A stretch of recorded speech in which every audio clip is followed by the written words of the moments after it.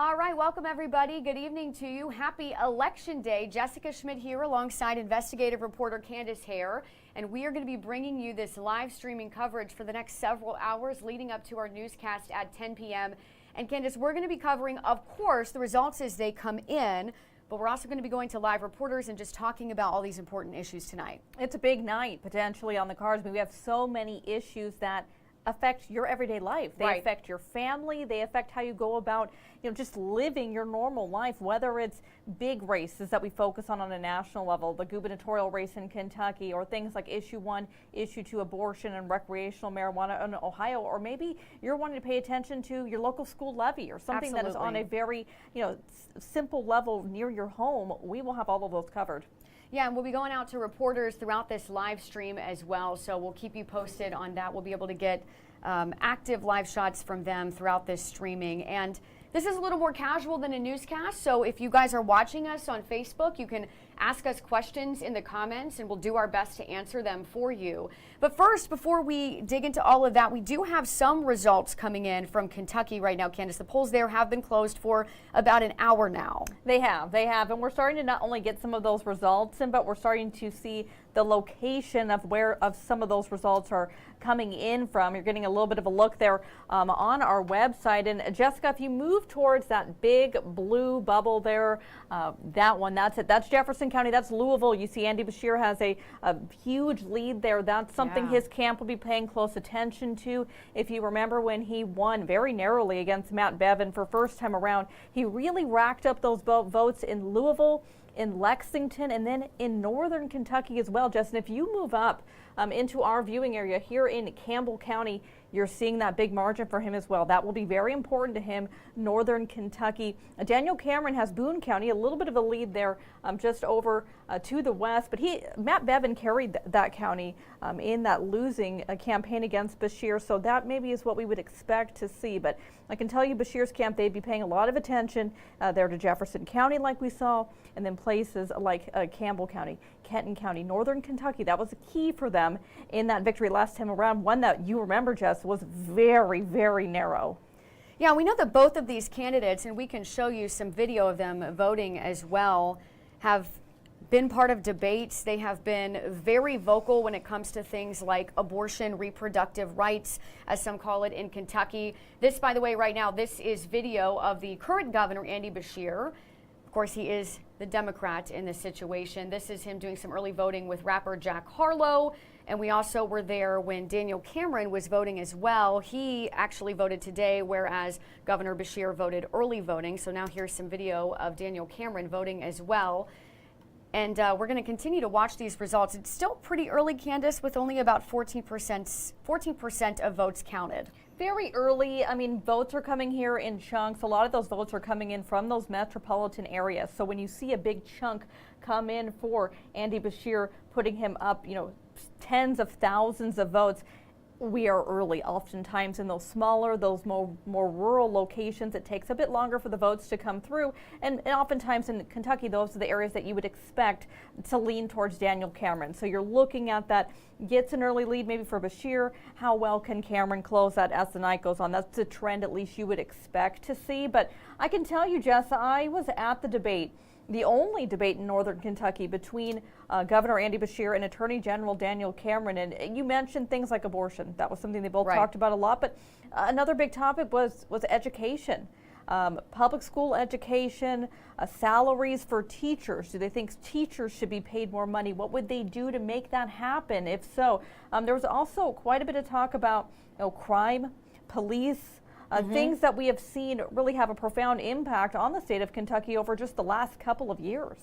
Yeah, and we can go ahead now, actually, Candice. We're going to play a story that you put together about one of their debates, just to give some of you guys some background and some insight on this race. So this is a story from Candice that was done previously on a debate. Amped up in the latest debate between Kentucky Governor Andy Beshear and Attorney General Daniel Cameron, as several hot-button topics were discussed, including Kentucky's abortion ban, which has been in place since August of last year, as you can see in this debate video, courtesy of WCPO and Northern Kentucky University. It is wrong. We need to change this law. We need to make sure that those individuals have that option. Cameron was specifically asked whether he believes there should be exceptions to Kentucky's abortion law for cases of rape or incest. I've also said that if the legislature were to give me a bill with exceptions in it, I would certainly sign it. One of the most heavily debated topics on Monday night was public education, which has been heavily discussed throughout the campaign by Beshear and Cameron, both of whom have released contrasting education plans.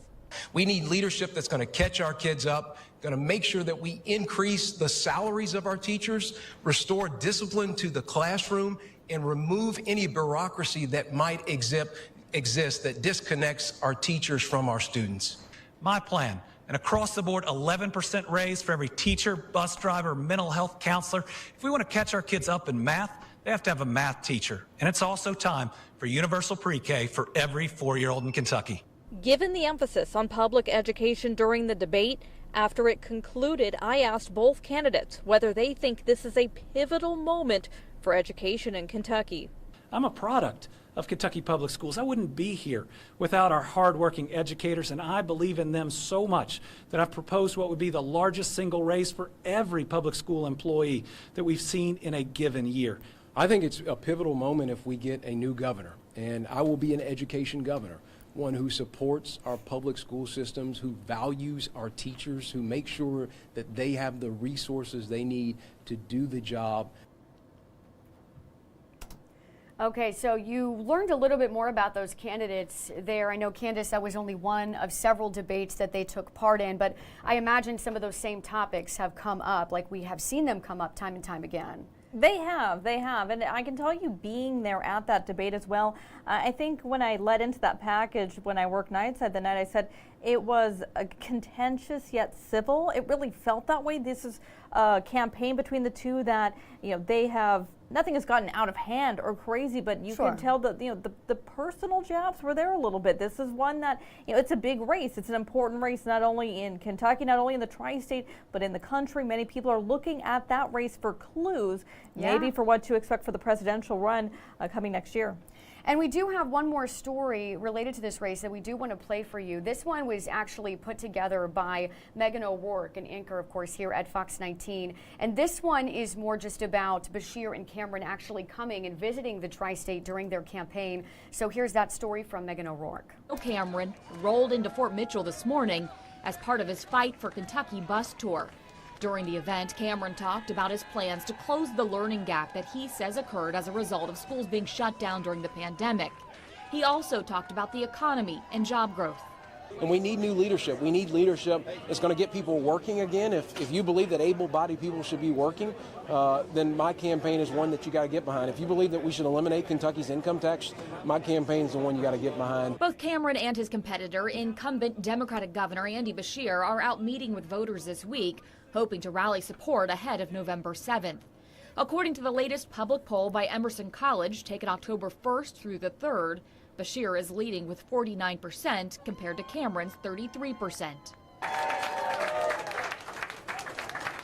Beshear was in Covington over the weekend, where he also met with supporters, touting health care expansion and the Brent Spence Companion Bridge project as some of his wins in office. We've got a chance moving forward in these next 4 years to come together and to move Kentucky in a really special direction, to create that better life for each of our families and better opportunities for our kids. And the way we do it isn't Team Red or Team Blue, it's just Team Kentucky.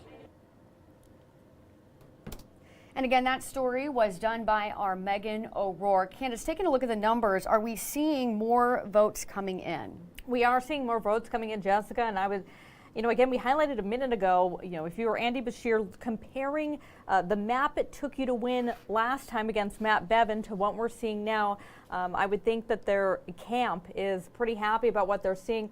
We showed Campbell County before. He had that significant lead. That was a county that he carried last time around.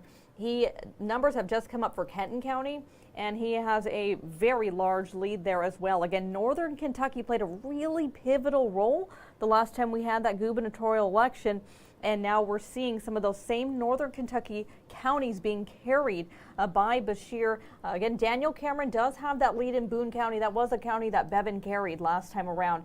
I'm looking down here again, Jessica, into some of those more metropolitan areas, the areas that Bashir really won by huge margins in the last gubernatorial campaign.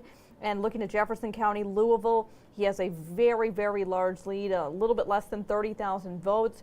Going over to Fayette County, that's Lexington, again, a county Bashir carried by a wide margin last time. And you're seeing very similar, about 30,000 vote gap. So those are some things that you would think that camp, Bashir's camp, would be happy about what they're seeing right now. A long way to go. Only 22% of the votes are in. But the areas, if you look to the map from last time, the areas that Bashir needed to carry by a lot, that's what we're seeing at least right now.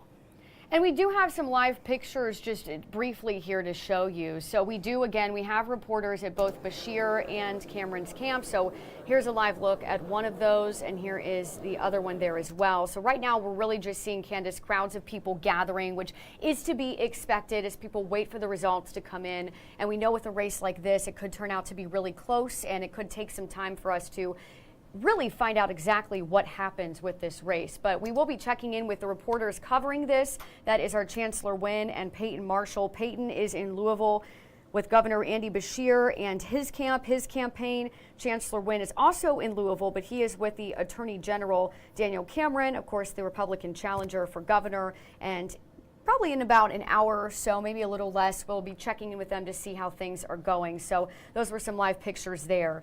I know Kentucky right now has really been what we've talking a lot about, Candice, just because the numbers are in. But there are a lot of issues in Ohio that are really important, one of them being Ohio Issue 1. Yes. And we aren't seeing any numbers on that yet, but perhaps we should talk a little bit about what it is. I mean, the constitutional right to abortion. Yes, and those numbers, I mean, we're not far off, right? We're 15 minutes away from polls closing.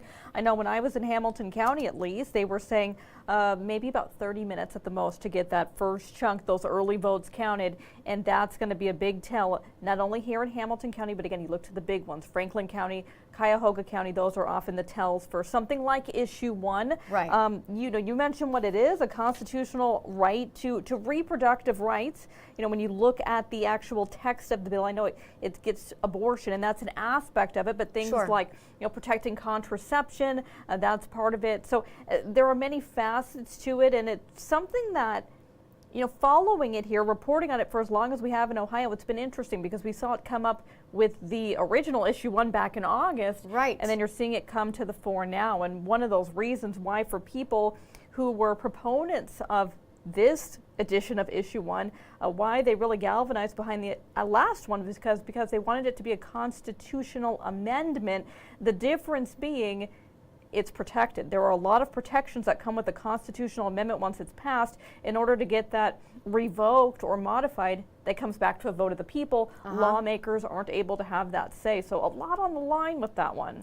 Yeah, and Brittany Hare's been covering Issue 1 for us today, so we'll check in with her in a bit as well. I know that she has been out there speaking to voters today, and she said earlier it is a passionate issue on both sides. A lot of people care very much about Issue 1. So as soon as those results start to roll in, we'll keep you updated on that. One of the other big issues in Ohio, Candice, is Issue 2, which regulates taxes and basically legalizes recreational marijuana in Ohio.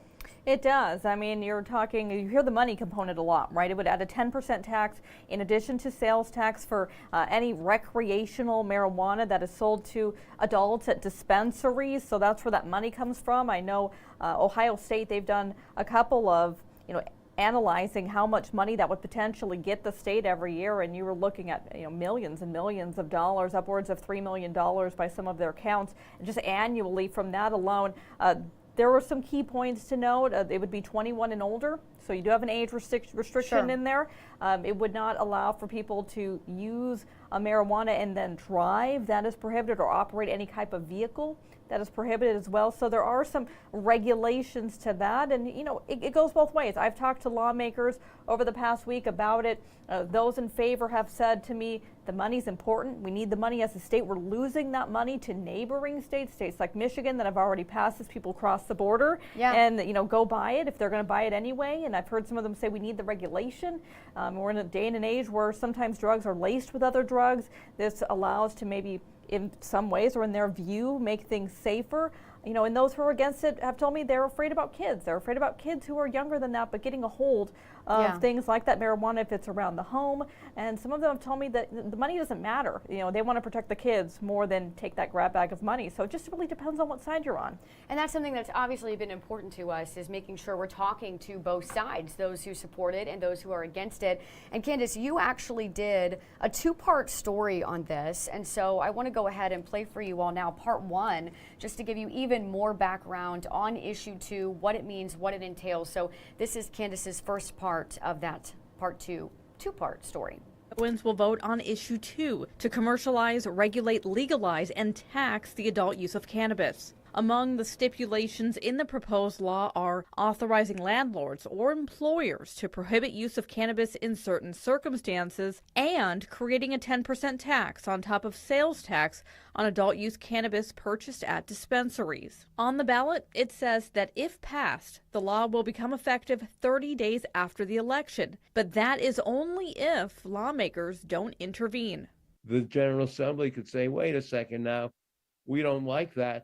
We can change it.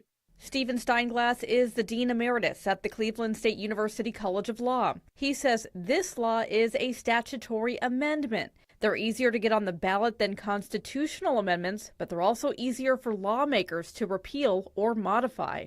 And people who voted for it would say, hey, that's not fair, but that's the way the statutory initiative works. It doesn't embed as much protection into the Constitution. If the General Assembly were to have a statute that they wanted to modify or to repeal, is it just a simple majority?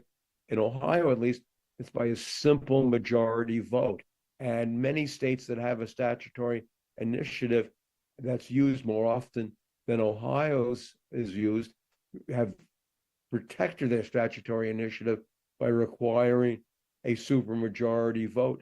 Whether or not issue 2 passes and what could happen in the aftermath treads into rarely charted territory. As Steinglass tells me, the path being taken towards trying to legalize recreational marijuana has seldom been traversed in Ohio. There have only been 12 instances since 1912 where the voters have voted upon a statutory initiative. And of the 12, only 3 have been approved, and none of the 3 have been revised by the General Assembly. Okay, so Candice, that was the first part of your story, but I know that you did 2 parts here. As you were digging into this story, did you feel like there really are passionate people on both sides? I mean, I know you mentioned there's concern about abuse of it or it being laced, but a lot of people feel that the money is worth it. Yeah, I mean, it just goes both ways. It's one of those issues, and it feels like this election is full of them, that there isn't some clear-cut right or wrong. It really comes down to your core values, your personal beliefs on some of these. You know, these are things that maybe people have had beliefs on for decades, for years, you know, that maybe your mind isn't necessarily changing now. It's just on the table for a vote now. So certainly there's people who are passionate about both ends of the table with that. I think the thing for me that was just so striking was the notion that even if it passes today, that does not mean it's over. That does not mean it's a law. Yep. Unlike issue 1, issue 2 is a statute. It's a different type of law, easier to get on the ballot, does not have the same protections as a constitutional amendment. And so, as you heard there, you know, he said it's rarely charted territory. This is not a type of law that's been used to get things on the ballot very often. Only 12 times in the history of the state, 3 of those have passed. Lawmakers have never overturned those 3, but this is one that at least we've seen from time and time again when bills have come through the State House, they haven't never made it very far. So this is one that at least you would have an idea that if it were to pass, I mean, the majority of lawmakers, maybe not in favor of it, but how would that go? Would modifications be made? Would it be revoked? Would they just leave it be, leave the voice of the people be? We don't know. A lot of good information there. And Candice, we'll go ahead now. We'll play part 2 of that story as well. Just even more information on this issue. It's been more than a decade since Colorado and Washington became the first 2 states to legalize the recreational use of cannabis. The November 7th vote could add Ohio to that list. Ohio State Representative Danny Isaacson from Cincinnati tells me he believes passing this law could reduce the chances of people coming into contact with laced marijuana. When you regulate the industry, when you have dispensaries that have to get, just like places that sell alcohol, licenses and have to regulate the safety of what they're selling, it makes it much less likely that you're going to see what you see on the black market. On the flip side, Adam Bird, who represents portions of Brown and Claremont counties, tells me he believes there are several downsides to legalizing recreational cannabis. And we don't want a culture, a climate in Ohio that tells teenagers that this stuff is okay. I think it causes apathy among users. And when we're trying to develop a workforce and attracting employers from around the world to come to Ohio and talking about the workforce that we have here, that doesn't mesh well. Should Issue 2 pass, it would only take a simple majority from the General Assembly to either modify or revoke the law. Isaacson says he hopes it wouldn't come to that. I think if people speak with a very strong will and demonstrate that the majority of people feel a certain way, it would be a huge mistake for the legislature to go back and say, actually, even though a majority of Ohioans clearly demonstrated their preference, we in the legislature are going to do something different. Bird, on the other hand, tells me he would work to overturn Issue 2 should it survive the November 7th election. We shouldn't sit on the sideline. We came here to take tough votes. We came here to work on policy that's good for Ohioans. And so definitely, I'm not going to abdicate that responsibility, and I want to be involved in that. Okay, so that was another story there by Candice on Issue 2 in Ohio. But we want to go back to Kentucky now. We got 25%, Candice, of the votes counted at this point, and we now see that Governor Andy Beshear is leading. Yeah, he is. I mean, he's been leading by a fairly significant margin for the past 15 minutes or so. Again, Jess, I'm going to be like a broken record going back to those same areas. Come to northern Kentucky, Campbell County all the way on the right-hand side. Big margin so far for Beshear, looking at a couple thousand votes from what's come in there. And in Campbell County, not a huge county. You already have about 62% of votes counted there. Next to it, Kenton County, that one just started bringing votes to us maybe about 10 minutes ago. Beshear maintaining a 3,000 vote lead. Again, another county that's not super large, but important ones. Northern Kentucky is what Andy Beshear, for the most part, minus Boone County, he really carried that area last time around against Matt Bevin. Those are key areas for him. His camp would be liking what he's seeing there so far. We'll move you back down to Jefferson County, to Louisville. That's one of the key areas for his campaign. Beshear beat Bevin last time by a large margin in Jefferson County, where Louisville is at. That margin is still fairly large for him at the moment, just under 30,000 vote difference there. A lot of votes, though, to come in those metropolitan areas in Louisville and Lexington. And then lastly, looking to Lexington, Fayette County. Look at this, actually, Jess. This is pretty remarkable. If you go over to Fayette County by Lexington, look at the percentage of votes, and 90% of the votes are already counted there. And you see Andy Beshear's lead, more than 40,000 votes. You would expect that. You expect him to carry an area like that by a large margin, but sometimes you don't have to do anything remarkable in these races. You have to just do what's expected of you, and that's one thing that he's seeing there. So again, a lot of time, the expectation in a race like this is that as those smaller, those rural areas, some of those Appalachian counties come in, you would expect that those to lean Cameron and him to start catching up in the votes, but you see a big margin here so far. There's quite a bit of catching up that he would have to do. Right. Certainly is possible. We have a long way to go. But if you're in Beshear's camp and you look at those key areas, Louisville, Lexington, northern Kentucky, so far you like what you see. Yeah, and there's, of course, still a lot of areas here, a lot of votes to be counted. And the Secretary of State race as well, Candice. I mean, Michael Adams, the current Secretary of State, is also leading at this point, also right around 57%. So that's another race that we're watching today. And you can see here's Boone County right there. Adams is leading 65.5%. Kenton County, we've got Charles Wheatley leading about 52%. And then you slide over to Campbell. Wheatley is also leading there, but it looks pretty close. In a very important election. I mean, sometimes elections like that for Secretary of State, they get lost. Sure. When you have a governor's race, Secretary of State, a very important role. You're in charge of the elections. You're in charge of the vote counting in your state, something that people have begun to really care about who's in charge of those roles, given the last couple of years. So, when you see that kind of a margin there so far, I mean, that's, a good sign, but an important race, the races that we don't want it to get lost in the shuffle for sure. Yeah, absolutely. Switching gears a little bit, Candice, there are some things we're following closely in Hamilton County, a couple of different things there actually. One of them is the Cincinnati Zoo levy. We've also got the public library tax levy and the affordable housing charter amendment. First though, we can give you a live look. This is the Hamilton County Board of Elections right now. As you can see, we're kind of getting a look through the window. Candice, you were actually there a short time ago. Yes. Can you talk about what are people seeing right now? Are they seeing much of anything in this shot? So what you're seeing right now is just preparations, right? We're about 4 minutes away from polls closing, so there's no votes being counted yet. They're just preparing. And then once votes close, you'll start to see the early votes be counted. That is the first couple clicks that will come through from Hamilton County. Those early votes. Absentee ballots, if you mailed them in and they've already received it, if you put it in the drop box, or if you voted early in person, that will be the stuff that comes through first. I think the key though, and I mentioned it during the shows today for people to see now, is look how organized it is. You have all of these cubbies. You have a lot of organizers with boxes. I can tell you all the boxes were labeled truck 1, truck 2, truck 3, truck 4.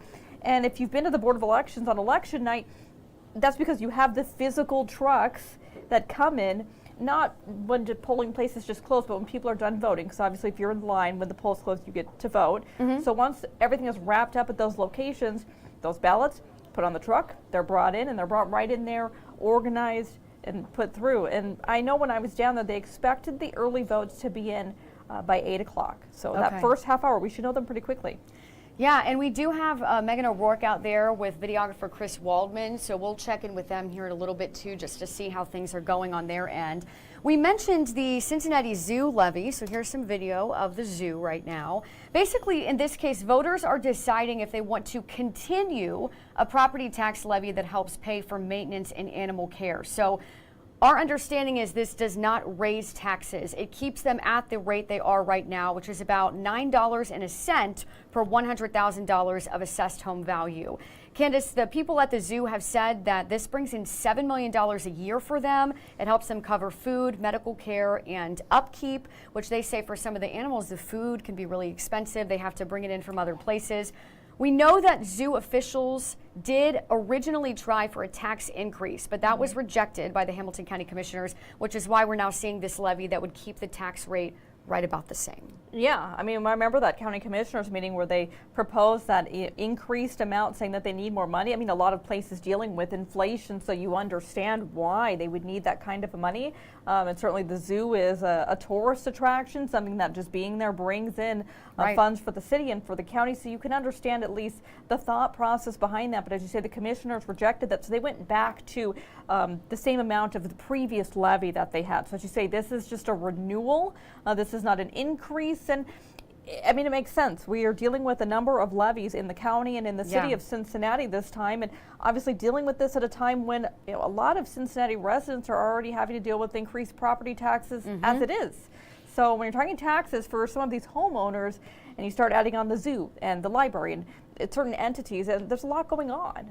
And speaking of the library, here's some video of the libraries in this area. When it comes to this one, this tax levy for Hamilton County Public Library, this does renew but also increase the tax levy for 10 years. So what that means is homeowners would pay about $43 a year for each $100,000 of their home value. Add that to a 2018 library levy that runs through 2028. Homeowners would then be paying $74 per $100,000 in home value. Now, library officials say that this is needed. They need this money. It generates about $30 million a year. It helps them support the libraries. They actually kicked off a 10-year master plan, a $350 master plan back in 2019. They're in the process of trying to upgrade all 41 of their branches. At last check, Candice, they have completed 17 of those projects. 5 of them are still in progress. 6 more have been scheduled. So to be clear, though, this tax levy would increase the rate for homeowners in Hamilton County. And again, we still don't have any numbers on that quite yet at this point in time, although No. it's 7:30 now. Yeah, so they should be coming in here shortly. I mean, that's another one you mentioned, that master plan. Hamilton County Library is wanting to get that done, but this is another one that, you know, any of the entities that we saw come out publicly against this, it was again just not wanting to raise property taxes. I mean, there's just a lot going on in that end, and you can see why maybe people, if you were against it, would be opposed to paying more on this and that and this and that. It starts to add up. Yeah. The other one that we do want to mention, this is also out of Hamilton County, is the Affordable Housing Charter Amendment. This would change the city's charter, raising the earned income tax from 1.8% to 2.1%. It would generate about $40 million to $50 million for affordable housing. Now, there have been rallies related to this issue, and we want to play a story for you now put together by our Simone Jameson. And this is just going to give you a little bit of background on affordable housing and this issue, this charter amendment that is on the ballot. Nonprofit leaders, community advocates, and local residents who united at Cincinnati City Hall Wednesday afternoon, demanding that city council members put an issue addressing affordable housing on the ballot November 7th, an issue that would amend the city's charter to include a 0.3% earned income tax to be used for the development and preservation of affordable housing in the city. What do we want? What do we want? We've had it with thousands of our citizens living on our streets and under our viaducts. We've had it with thousands of our people living out of trash cans and at constant risk of shakedowns, assault, robbery, miserable in winter and dying in summer. Group leaders with Cincinnati Action for Housing leading the efforts say 12,000 Cincinnatians signed their petition to get this issue on the November ballot. They say it would create $40 to $50 million a year for affordable housing. We know that there are almost 30,000 families in the city who can't find housing that they can afford, and a lot of people have a certain idea around people who can't afford their housing, that is just they're lazy, they struggle with substance abuse or things like that, when really it's our everyday people who are getting up and making sure our city runs. Supporters for the ballot amendment say it addresses fears that 1 in 3 Cincinnatians are not able to afford their home right now. We reached out to Cincinnati City Council members for comment. Councilmember Mark Jeffries responded with a statement saying it looks like the issue will be on the ballot for the voters to decide. The rest of City Council has yet to respond to our request for comment. This is just trying to get out from the trauma of the housing market as it is right now. Our friends have too long been telling us to wait. Now we are taking our future in our hands. And we're saying we're no longer satisfied waiting for somebody to do this for us. Okay, so that was Simone Jameson there. Again, that was a package that she put together, a story that she put together on the affordable housing issue in Hamilton County. Now, we've been talking about Hamilton County here. We do have our Brittany Hare. She is out right now covering issue 1. So that is, of course, impacting Hamilton County, but this is a statewide issue, Candice, one that we talked about earlier related to reproductive rights. We want to go now to Brittany. Brittany, just tell us a little bit about what you have heard today from voters, what you have seen today while you've been out in the field. Well, sure, guys. So I've spent most of the day here in Madisonville, specifically at the Madisonville Rec Center. This was one of the many polling locations here in Hamilton County, where I was just told as of 7:30 polls closed that 490 people did come out here to make their voices heard today. So a lot of stuff to talk about, a lot of issues, as you guys have been talking about, that people were voting on today, including issue 1, which is an issue that a lot of people are talking about. Issue 1, issue 2, other issues as well. But there were some people that I talked to that obviously voted yes. There was a bunch of people that told me that they voted no, and each had their own personal reasons as to why. But again, just to reiterate, I know you've probably seen all of the ads all over TV, and we've been covering this really extensively. But issue 1, it's a proposed constitutional amendment that would really give Ohioans the right to make their own reproductive decisions. Some people told me today that's the right move. Others said not so much. Well, currently, abortion is banned at 22 weeks or later in Ohio, and that is where it stands right now. So, of course, we're waiting to see as these election results start to roll in what's going to happen with issue 1, if it will pass, if it won't. If it does pass, of course, that needs a majority yes vote, and if it does pass, it will go into effect 30 days from today according to issue 1 that I've been reading through extensively today. So like I said, we'll be covering this, and you guys I know are staying on top of it as well. As soon as we get any information and see which direction this is trending toward, we'll be sure to let you know. Back to you guys. Brittany, I want to ask you one question, because I know you've been out there all day at that polling location. Sure. What has the mood been like? Because one thing that I've always been kind of amazed by some is when I've been out there by lines, sometimes people are in a long line, but they're excited. They're excited to have their voice heard. Is that what you saw today? Yeah, you know, I feel like there wasn't ever really a long line out here. It was more so people that were kind of sprinkling in and out. And at some points, you know, like right after work and at lunchtime, there was an influx of people where we would see more people gathering at the polls here. And most people, it was just kind of the same sentiment that they wanted their voices heard and that this is their duty and this is their right. And they feel like they should come out and make their voice heard. Okay, Brittany, Hare, thank you so much. We will check in with you, I'm sure, a little bit later, but thank you for your work on issue 1 today. That was, again, Brittany live in the field, and she really has been covering this issue all day long and talking to voters, and she'll be following the results as well. Candice, let's check back in on Kentucky, because we're watching these numbers close. I was just going to say, we need to hop back over here. We've gotten another kind of bulk of votes that have just come in, a big chunk of them. You can see we're now at about 34% of votes counted. I'm going to take you back up to northern Kentucky again, Jess. If you can look at Grant County, right up there under the top 3, the next one, that's it. Grant County, that is a new one from what we've just had. Grant County, a very small county, and you can see that by the votes. They all kind of came in at once for the most part. 99% of votes counted. 2,000 votes swing there for Daniel Cameron. That's something he would like to see. Again, you would really like to get as close in many of these northern Kentucky locations as possible for his campaign based off what we saw last time around between Bashir and Bevin. That's a smaller place. That's a more rural place. That's a location you would expect Daniel Cameron to win, and that at least with 99% of the votes, it looks like that's probably going to happen there. Move up above that. Kenton County and Campbell County, those are going to be the two that we're really going to be looking at. If you have Kenton County there, 28% of the votes, so very similar to what we saw a minute ago. Let's check back in Campbell County, 72% of the votes in there now, and you can see about a 3,000 vote difference there between Bashir and Cameron. And again, just a very, very important county, Kenton County and Campbell County, two counties that Bashir carried by significant margins against Bevin, and two that maybe you wouldn't have expected him to carry. That was a narrow election. Those are important this time around. And that is the governor's race. We've also, of course, Candice, we've been checking on the Secretary of State race. At this point, we're still seeing Michael Adams in the lead. We can scroll down here to give you a look at Attorney General and Treasurer as well. It looks like we got Russell Coleman leading the way with Attorney General right now with 34% of the votes counted, about 55% for Coleman. Treasurer, it looks like Mark Metcalf is leading in that position as well. So we're keeping a close eye on all of these races. We can also scroll down and show you a couple of these other positions. We've got Auditor, we've got Agriculture Commissioner, and we have the State House as well.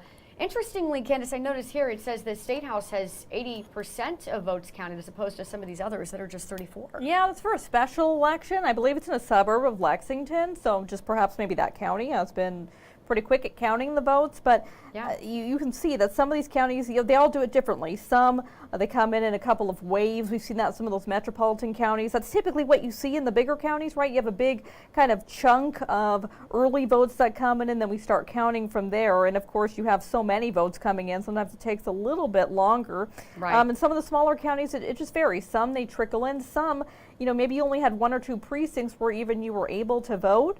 And so it all kind of comes in one load. So everywhere does it a little bit differently. I do want to scroll back down, though. You were showing Attorney General just a few minutes ago. I mean, that's, I'll bring that one back up because that's not a race that we have talked about a lot. But a potential one maybe that's important, not just for today. Obviously, Attorney General of any state, you're the top cop in the state, essentially, you Absolutely. say. So very important role, but maybe an important role going forward. Attorney General right now is Daniel Cameron. Attorney General before him was Andy Bashir. So one that you're looking for going forward, a lot riding on the position like that. It can be something that kind of not only is important now, but bursts you forward to something even bigger. Yeah, and it's interesting you say that too. Obviously, we're talking about Kentucky, Candice, but we've seen that as well in Ohio with Mike DeWine, the current governor there, he started as Attorney General. Yes. So you bring up a lot of good points. That's an important race to watch. Now I am going to hop quickly back to the home screen just for a second. I just want to check Ohio because it does look like we're getting some numbers here. So let's pull this up. So right now we are getting some numbers coming in, but it looks like it's still pretty low. Candice, I'm seeing for issue 1, the votes in right now are only about 2%. With that 2% though, yes is on top with 79%, no 21%. But again, it's really early and I don't see any numbers for issue 2 yet. No, and that's expected. I want that to be clear. That's expected. You would expect early votes to break that way. Much like you're seeing Beshear and Cameron, you would have expected those early votes to go towards Beshear. So no alarm bells going off. That's what you would have thought would happen. I believe now we are going to be able to take you live to another one of our crews in the field. We've got anchor Megan O'Rourke. She's at the Hamilton County Board of Elections, so she has been watching that closely. We want to bring Megan in now. So, Megan, I know Candice was out there earlier. You've kind of taken over this position. What have you seen happening out there so far? Is it getting busy? Is it starting to feel bustling yet? Not quite just yet. Good evening, guys. Yeah, it's pretty calm here at this moment. We just got here a little bit ago. We've set up. We've been watching. You can see behind these glass windows there are a couple of workers right now. At this point, they're just kind of standing around, but I'm told in the next 15 minutes or so, they really expect that to change. They were messing around with a couple boxes earlier. We were told those were some of the absentee ballots that may be coming in. But as far as the actual ballots that were cast today, of the 562 precincts in Hamilton County, none have arrived just at this moment. I talked with the director of elections here in Hamilton County, Sherry Poland, just a few minutes ago. She said after 8 o'clock she'll be able to give us an update. But she says that things went pretty well today. In fact, she says a voter turnout was around 47%, which is extremely high for an off-election year. So she was very pleased with that. But again, they are still just standing by, waiting for those boxes to start rolling in, which we expect to be sometime around 8 o'clock. That was her best estimate. Again, pretty quiet at this moment. You can see those workers just kind of standing back there in limbo, waiting for everything to start arriving. You can imagine, though, it is going to be a much different scene. When that happens, we're going to stay put, and we'll bring you those updates when they happen. Thank you, Megan. Yeah, so a lot of good information there, Megan. We'll check back in with you in just a little bit. Thank you for hopping on the live stream with us and giving us a little bit of insight. We're getting more numbers now, slowly, Yes. Candice, starting to trickle in. So we're going to take you back to the results. We want to make sure that we're keeping you posted on those. So here is another look at the numbers. This is in Ohio. This is in Ohio. This is for issue 1, of course, is the abortion rights, and then issue 2, which is the legalization of recreational marijuana. One thing I think is very important to note is when you look at those two maps, the left is for abortion rights, the right is for legalization of recreational marijuana. The maps look pretty similar. So you can see, at least off of the margins we're seeing, maybe similar numbers of people or similar margins of leads, I should say, in some of these areas that you're seeing for issue 1 being yes, are similar to what you're seeing for recreational marijuana. Perhaps there's some overlap between those two voting caucuses, but we're going to zone in. I told you before, those big counties, those metropolitan counties, you expect there to be big breaks in the yes for issue 1. You're seeing that there in Franklin County. That is Columbus, so second largest county in the state. 21% of the votes came in. These would have really been those early votes. Of course, you have Ohio State University out there. I know they played a big role. Kids that were centered around Ohio State played a big role in the issue 1 in August, passing by such a wide margin. When they went back and analyzed those results, you see out there a very, very large margin there for yes for issue 1, Franklin County. We don't see anything yet for Hamilton County or for Cuyahoga County up in Cleveland, so those will be two areas we'll want to be monitoring. And then once we start to get more in some of these smaller, more rural counties, it's going to be how big are those margins for no? Are they big enough to overcome the margins for yes in the larger counties? Yeah, and it's interesting when you said, Candice, these maps look similar. I mean, the discrepancies right now are so small. I mean, all of these are red here, all of them are red here. Then there's a couple that are green on this side that are red on this side. But for the most part, they really do seem to match up. Again, this is just 6% of votes counted. Well, actually, it says 25% here. So we are starting to see more votes slowly trickling in over time. I'm going to look here and see if we happen to have any other results going. So this is those same 2 issues again, just in a little bit of a different format. But we can take a look here and see what we've got, if there's any results here. So nothing yet when it comes to some of our local ones, which I know, Candice, you said that'll take some time for sure. So nothing yet on any of the levies, nothing yet on the railway, but we'll continue to watch those really, really closely as well. I'm going to go back over to Kentucky here and give that a look again. Yeah, I've been taking a look at this one. We're seeing more counties starting to pop up on the map. You can see there kind of that trail beneath Lexington down to the southern part of the state. There's a lot of red there. That's what Daniel Cameron's cap would have wanted to see, some of those smaller counties, some of those rural counties heading towards Tennessee, West Virginia. Those counties you would expect to break for Daniel Cameron based off what we saw from the last election, areas that Matt Bevin won. You would expect him to win some of those areas, and you see that is what's happening now. So he's starting, I know it doesn't look like it because you still see a huge margin there for Bashir, but he's starting to creep in as far as the percentages counted because we're getting more counties on the map that their votes are starting to come in, and they're leaning towards Cameron. Very similar idea to what you're seeing with issue 1 in Ohio, in that those big counties, they get a bunch of votes out there. They're often leaning to the Democrat side of things. And then can someone who's on the Republican side like Cameron shore up enough rural counties by enough of a margin to overcome that? And I want to point out, too, that, AP is already calling Secretary of State. I mean, even with 41% of the votes counted, they're calling it that Michael Adams won. That's as of 7:46 p.m. So a minute ago, Associated Press is calling the race for Kentucky Secretary of State, that Michael Adams has won that race. Now, if you look at some of these other races that we're still watching, none of those have been called quite yet. Some of these are closer than others. Auditor, not as close as the others, with 60% to 39%. Again, 41% of the votes counted, though, so we could see this really start to change. I did want to talk, too, a little bit, Candice, just about voting turnout this year. I mean, when we've been talking to officials about this, and here's just some video from early voting, we have heard time and time again from election officials, from political leaders, that turnout is expected to be high. I know, in fact, in Hamilton County, officials have predicted 40 to 45% of voters will vote. In fact, when it came to early voting, more than 57,000 cast their ballots early in Hamilton County. That is more than double how many people cast early votes in 2021 and in 2022. And it seems because people really are passionate about these issues, they are showing up at the polls. They have made their voices heard. They are. I mean, we're seeing that, and we're seeing it happen early.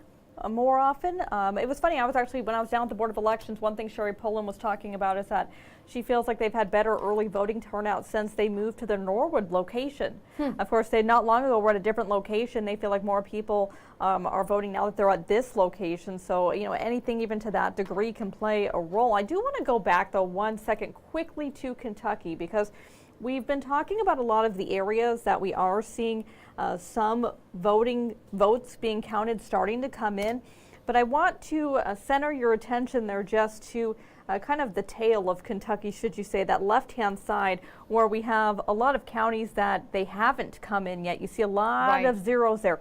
Now, a lot of these counties, they're smaller, they're more rural, but that tail essentially was a big red one for Bevin last time. So when you're looking, okay, here's the margin right now for Bashir and Cameron. Where can Cameron get the votes?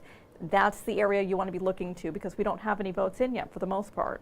It's always interesting, Candice, to see the map in comparison, knowing that 42% of votes have counted. But sometimes when you look at these circles, you wonder how, right? Because there's so many that don't have any in yet. But that's just how things. go. Yeah, I mean, it just shows you. It shows you in a state like Kentucky how centralized, where people live, those population centers, Louisville, Lexington, a lot of people live there, and so you can have large amounts of the percentages of the votes be in, but still have a number of counties that we don't have anything from yet. And I don't think so far that there's been a lot of movement at Bashir's campaign spot or Cameron's campaign spot. I mean, of course, we know that there are people coming out, a lot of crowds there, but as far as activity or speeches or anything, no, we're just seeing crowds of people moving in at this point in time. Yes. We do, though, here's some video again of Governor Andy Bashir voting. He did early voting, so he did not vote today. He voted recently, I think last week actually. Yes. He went out and voted at the polls. And then we know that Attorney General Daniel Cameron, he did in fact vote today. So here's some video of him going out. And again, I mean, this race, as we really expected, is too close to call. The only one I've seen called in Kentucky statewide is that Secretary of State position. It's the only one that AP has called so far, and so that's the only one that we are officially calling so far. Yeah, Bashir and Cameron, I mean, it's one of those things that people might look at this and say, well, look, there's tens of thousands of votes more for Bashir, but I mean, some things play a role in that, right? When we looked over at Fayette County in Lexington and we saw that 92% of the votes are already in there, well, that's a lot of the margin right there. You see, just in that county alone, Governor Bashir has, you're looking at about a 40,000 vote lead. So, I mean, that right there is your margin. So that's just something to keep in mind. Okay, and I'm just checking in with one of our reporters here to see if there's any activity happening yet. Still just looks like some crowds are out there at this point in time. So we're still keeping a close eye right now on the numbers. Let's go back actually now to Ohio. I just want to make sure that we haven't gotten a ton more numbers coming in at this point in time. Always like to refresh to make sure.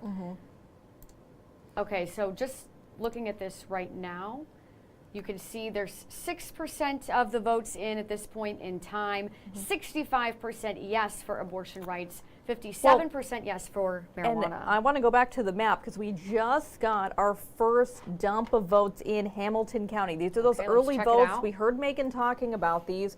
Hamilton County issue 1, 44,000 and change votes for yes for issue 1, about 14,000 no. So again, very large margin. Those three big counties, Franklin County, Hamilton County, Cuyahoga County, those are the ones we're going to see how big those margins are. And then if we look over for issue 2, again, very large margin for Hamilton County. That's with about 20% of the votes counted. That's that early vote. I mean, we heard about the big early vote turnout. You see both of those breaking yes as expected here in Hamilton County. It looks like they are getting some in from Warren County as well. At this point, about 26% of the votes counted there, and it is a yes on both of the issues in Warren County right now. Nothing yet from Butler or Claremont. Brown County does have some as well, 22% coming in from Brown County. When it comes to issue 2, which again is legalizing marijuana recreationally, that is no in Brown County, one of the more rural counties in our area. And no as well with 22% for issue 1, which again is related to reproductive rights. And I can say, you know, for the issue 1 in August, when we were rolling through that before it was called, Brown County was a no on that as well. The margin very similar to what you saw here, though. It's a no, but that margin is much smaller than in some of these bigger areas, and that's where you're looking, okay, where can no find the votes? Some of these areas like a Brown County, if you're wanting no, you need to win that by a lot. So you will see what the votes break as more come in, but those are the kinds of areas where if you're looking where no can find those votes, they need to win those areas by a pretty significant margin. I will, before we move to anything else, just note, Cuyahoga County just had their first batch of votes come in as well. Those are early votes. That's Cleveland. And again, a big break for yes, about 79,000 votes for yes compared to 22,000 for no. So far, those three metropolitan areas, Cincinnati, Columbus, Cleveland, those counties all having those very large margins for yes for issue 1, as you would have expected. And Candice, at this point, it's, you know, we're seeing 12% of the votes counted. Do you anticipate that, you know, these will start to come in quicker and quicker? I mean, do you think based on what you're seeing now that we could find out the outcome of these races soon? I mean, it's hard to tell. There's a lot going on. You tend to find that they come in batches, right? I mean, even just having been at the Hamilton County Board of Elections, a larger county, and seeing how the operation goes, you get that first kind of dump. Those are all the early votes. And then after that, the trucks come in and they're in line. So I know that they sit over there, they hope, the hope for them is to have all the precincts in by 11 o'clock at night. That's the hope. Now, how those precincts break and how these other counties break, that's what's going to determine how long it takes for us to find out, right? If it's very close, well, it might not be till late tonight or into tomorrow. Yeah, and we did talk to Brittany Hare a little bit earlier about issue 1, and we are planning to speak with Simone Jamison here in a little while about issue 2 as well, just to get some more insight on that issue.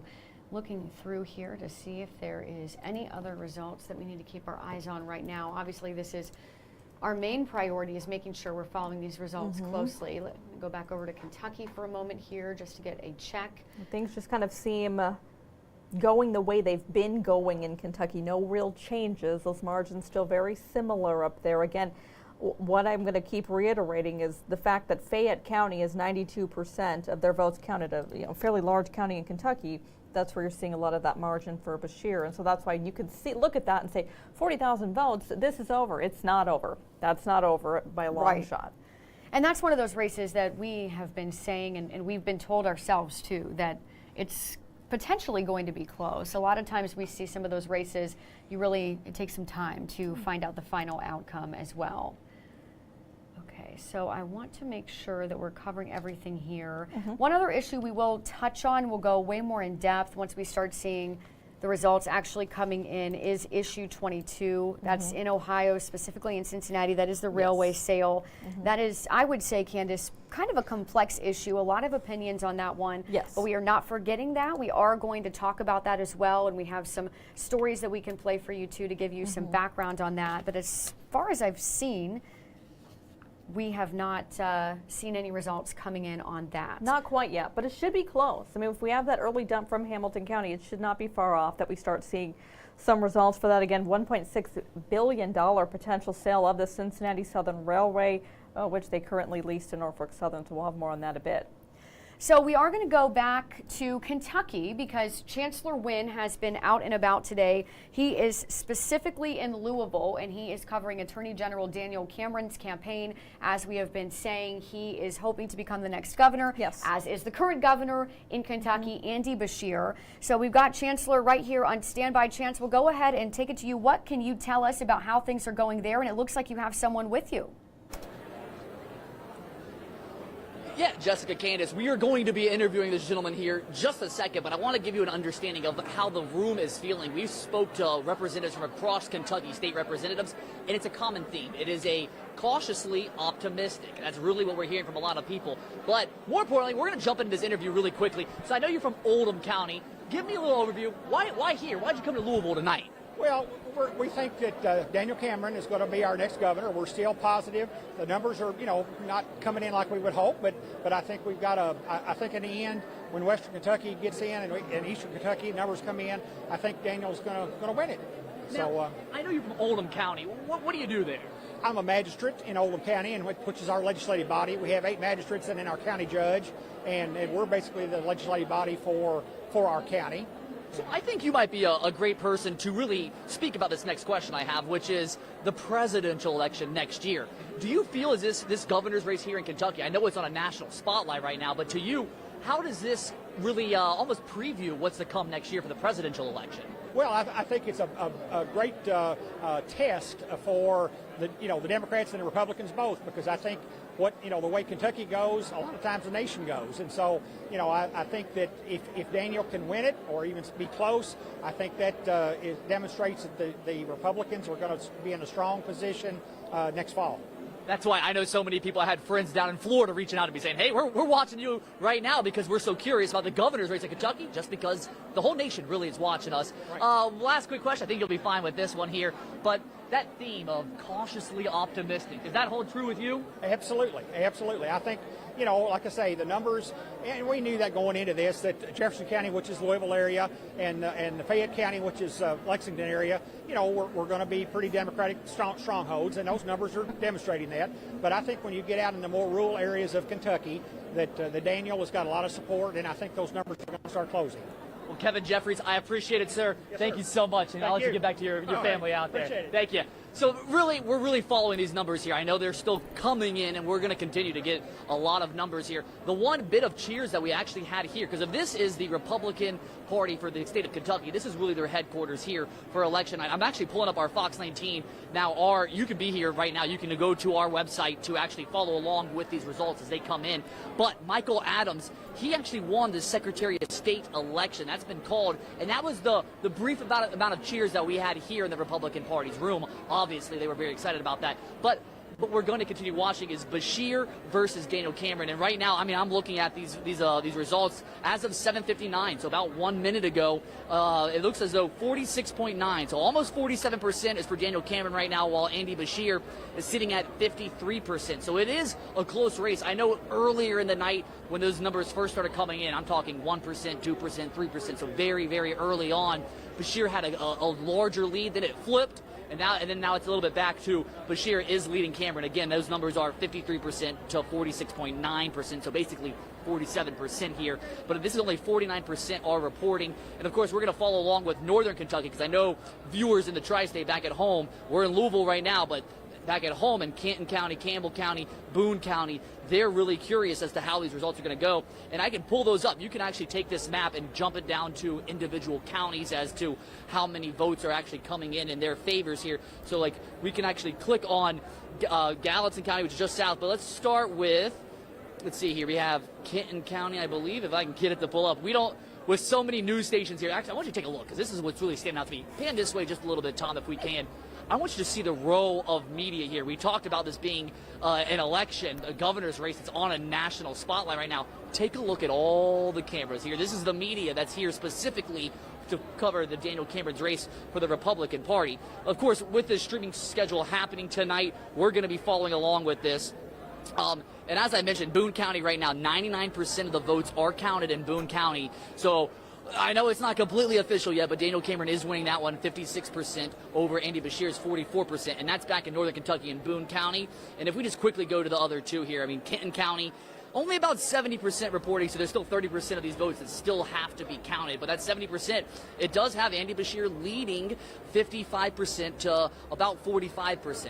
So Daniel Cameron does have a little bit of ground to make up there in Canton County. And if we do one other county over here, when we look at Campbell County, it's a similar theme here where it looks as though Andy Beshear, this is 72% of the votes that have been counted so far, and Andy Beshear is just under 60% and Daniel Cameron is just over 40%. So those three counties, I know Northern Kentucky is really watching that portion here, but it's still very early on into this night with these votes being counted. And, of course, this is something that we're going to continue watching because while this is the Republicans' headquarters for the night, it has kind of transitioned into a bit of a watch party with a bit of excitement, some food, some drinks, a little bit of music.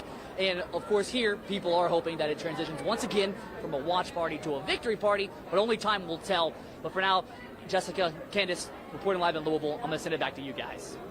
Thank you, Chancellor. I have one question I want to ask. You know, your guest that you had a few minutes ago, he kind of said for himself, but what are the vibes there? You know, we know that Beshear has that lead with those votes having come in for the most part in Louisville, in Lexington. Are people there saying that's what was expected, we're going to catch up with those rural counties, or is there some nervousness going on? I think it's really, I'll go back to that cautiously optimistic portion, but I think there's I don't want to call it nervousness either, but really I think the votes and the results are coming in about as we expected. We actually have somebody coming to the stage right now. I'm not exactly sure who that is, so let us take a listen here. I know we can actually boost this audio here if you want to hear him real quickly. Give us here about 1 second.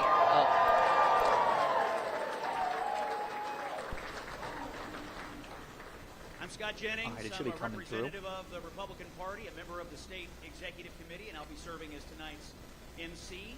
And I am out here on this stage to welcome you all to our election night party and to bring our first special guest to the microphone. Allison Ball has been elected state auditor.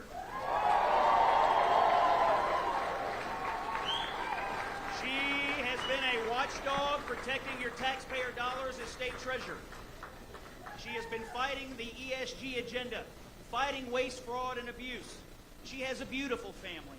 She has done an amazing job running statewide elections, and she's been elected now for a third time. Ladies and gentlemen, let's hear it for the new auditor, Allison Ball.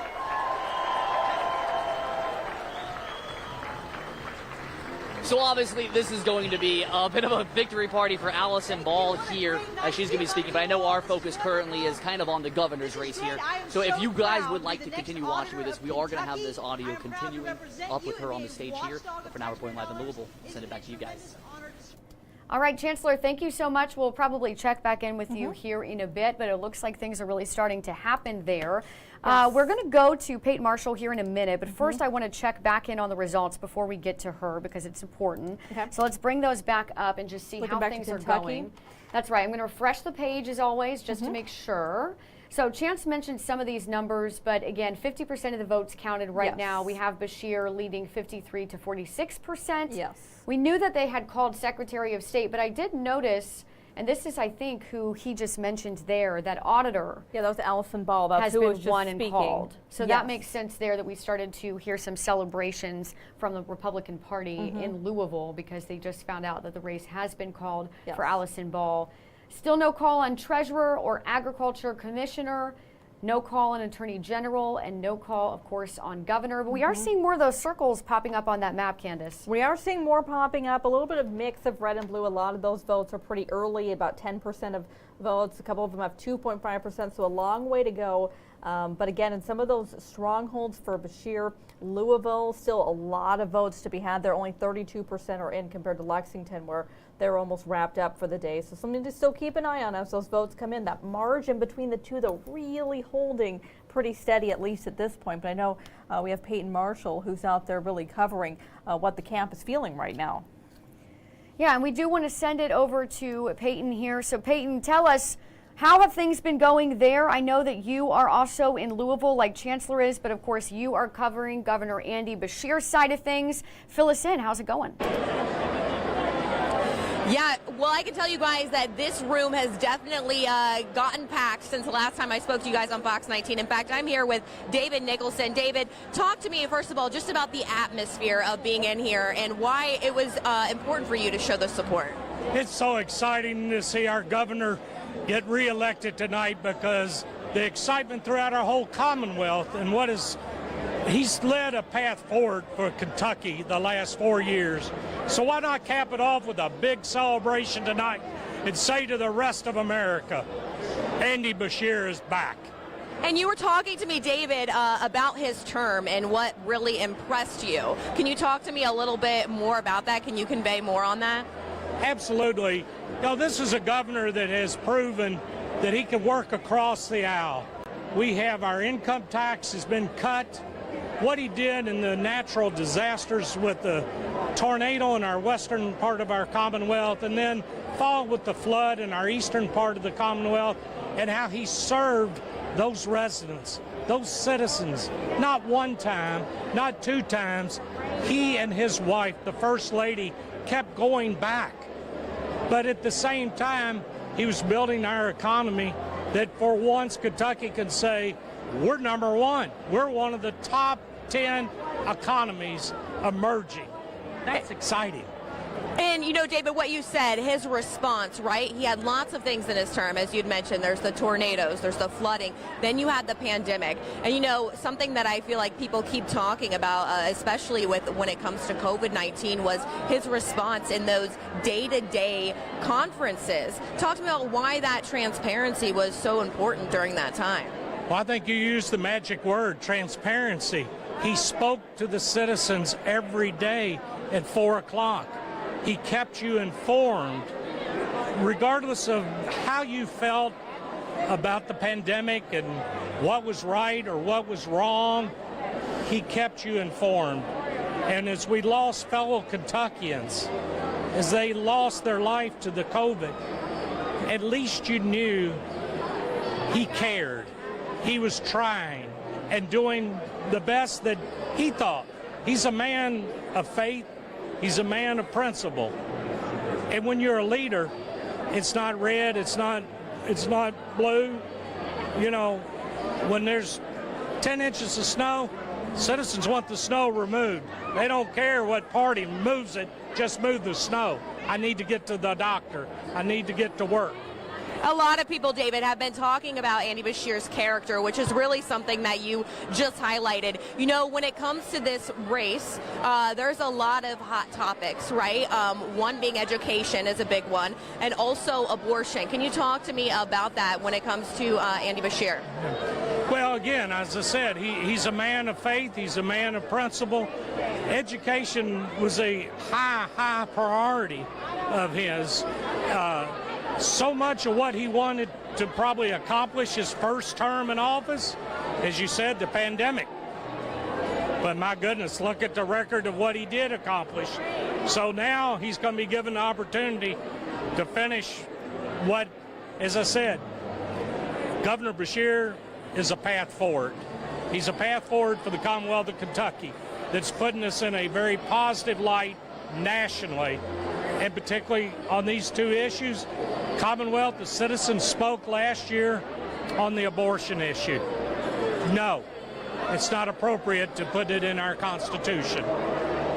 So, this race shouldn't have been, because the citizens already had an opportunity to exercise their right to vote. And that is really, that conversation has been circled around when it comes to this race specifically. But like you said, shedding that positive light, we're hearing lots of positive words.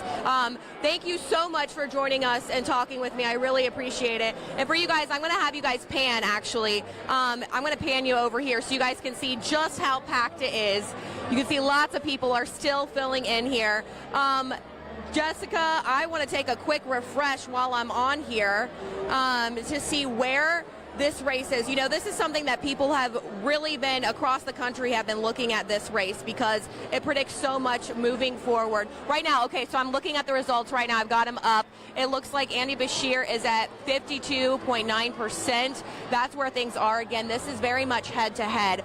And, you know, since I've been talking to people here, a big topic of conversation, I feel like I just really want to reiterate this, is just what his last term looked like. We had the tornadoes, we had the floods, we had the COVID-19 pandemic, where he did go on every single day, just providing that level of transparency. But also, he's a familiar face in Kentucky. I feel like that also needs to be highlighted here. It's not just that he was, a previous governor here. His father was also a previous governor. So, when I'm talking to people here at this watch party, it says, they're saying, I'm not just familiar and know Andy Beshear, I also knew his father. So there's just that aspect, that connection, that home ground aspect that really comes to this race. But we're going to continue to talk to people here. For now, I'm going to send it back to you guys.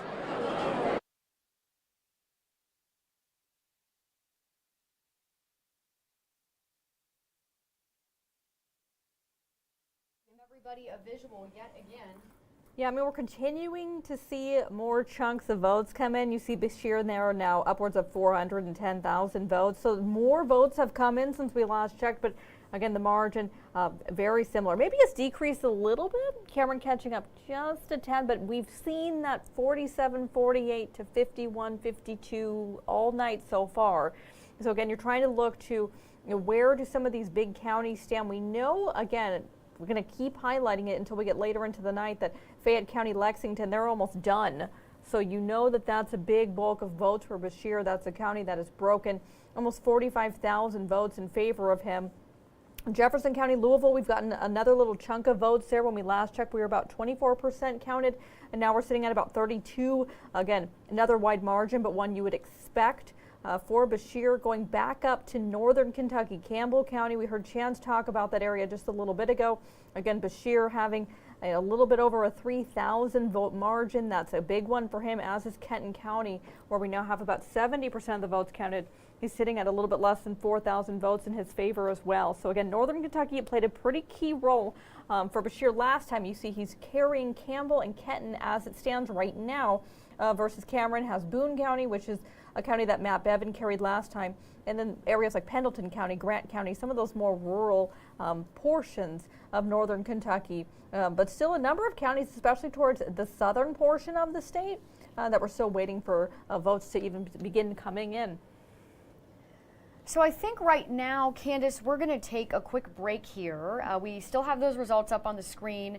We will be back in just a few minutes to continue to bring you those results. So please don't go anywhere. Give us 5 to 10 minutes. We'll be right back with you to give you some updates. But in the meantime, you can follow all these results on our website. And you'll want to stay with us. We are starting to get a few votes coming in for some of those key Cincinnati issues we mentioned. So we'll have those on the other side.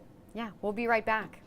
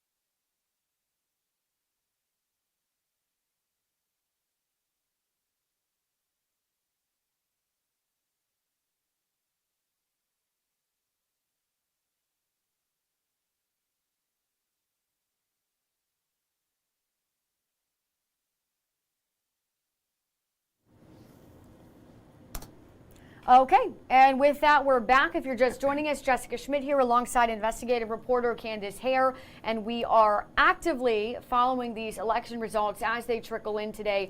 And Candice, I know that we're keeping a close eye on some results that are starting to come in some of our local counties. Yes. So we want to go over some of those. Yes, I mean, a few that we've been talking about throughout the course of the night. I know you have highlighted there that issue 22 for the proposed sale of the Cincinnati Southern Railway. You see, at least in those early votes, again, the Hamilton County, we've seen early votes be counted so far, and you see a little bit in favor of yes. Now, this is one that expectation has been is that it would be very, very close, but you see at least the early votes went the way of yes, and that's a big one. This is an election that the city of Cincinnati has staked a lot behind.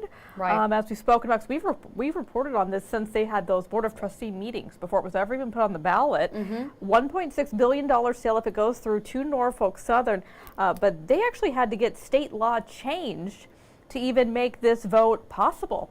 Because in the past, there was a provision in state code where you couldn't use the proceeds of a sale like this to improve existing infrastructure. You could use it to make new infrastructure, but not improve what you already had. And as you've seen, if you've seen any of the ads, they want to fix roads or fix parks, like they say. Right. So you needed that change to be made. So a lot on the line for this.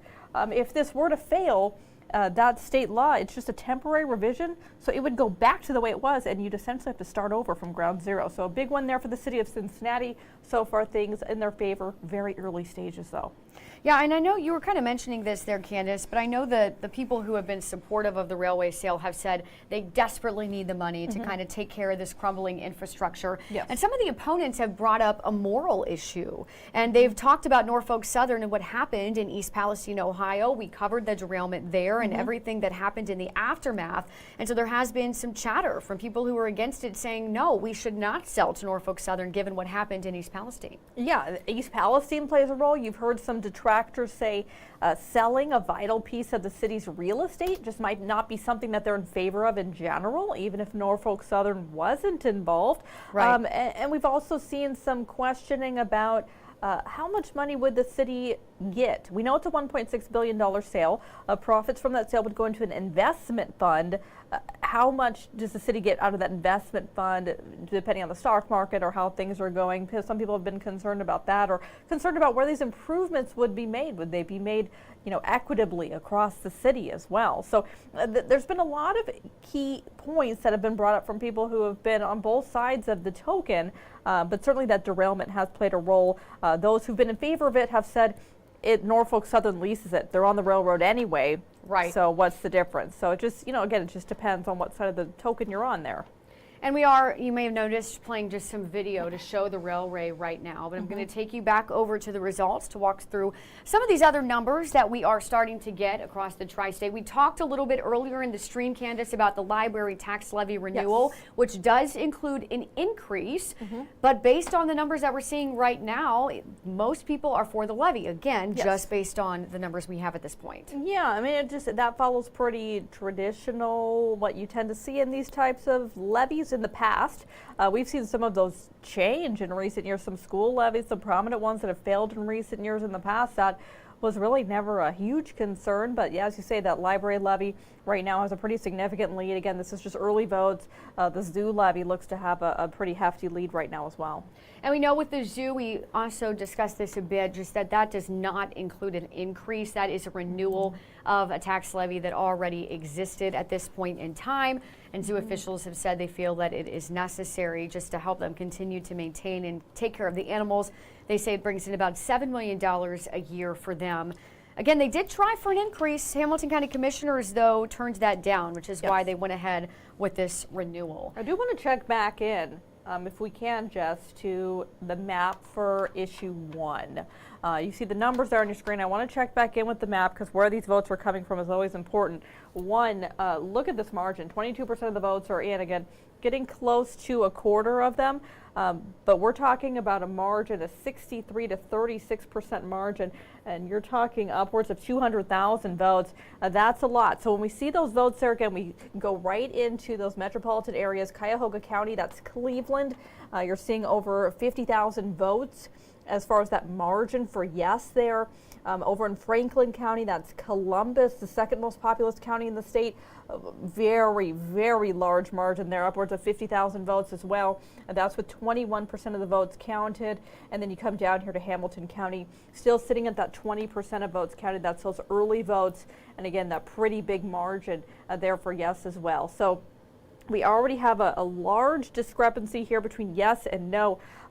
If you're in favor of no, you're hoping they find some pretty big margins in these rural areas pretty quick here, because you're having tens of thousands of votes going in favor of yes in those 3 major metropolitan counties in the state. And just they still have a long way to go in voting in those, or counting the votes, that is, in those locations. And we're still seeing that trend that we've been talking about too, Candice, where these maps look pretty similar. I mean, they're not identical, but when it comes to the votes and the yes, the no, I mean, some of these areas, again, you mentioned when it comes to issue 1, Franklin County, issue 2 is also winning right now in Franklin County. So a lot of similarities between the two maps. I can show 2. This is issue 1. This is, again, the abortion rights issue. Here's Claremont County. That's a yes right now. Clinton County is a no. We've got Brown County leading with no votes at this point. Highland County leading with no votes. Warren County leading with yes. Butler County leading with yes. And as you mentioned, Candice, Hamilton County also leading with yes. Again, that is for issue 1 on reproductive rights. Yeah, and it shows you that before, because I know we're going to get out here to Brittany Hare in just a second for more on issue 1. But the last thing I want to highlight here is, you see Hamilton County, again, an area you would expect to be yes by a pretty significant margin there for issue 1. But look at the suburbs of Hamilton County there. Butler County is yes. Warren County is yes. Claremont County is yes. It might not stay that way throughout the night, but it's a sign, at least for right now. Yeah, it absolutely is. And you mentioned Brittany Hare. She is live out there for us right now. Again, she has been covering issue 1 all day long, talking to the voters for us. Brittany, we want to check back in with you. I know you've been following the results as well, but anything new on your end? Any reactions so far to these numbers? What are you seeing and hearing?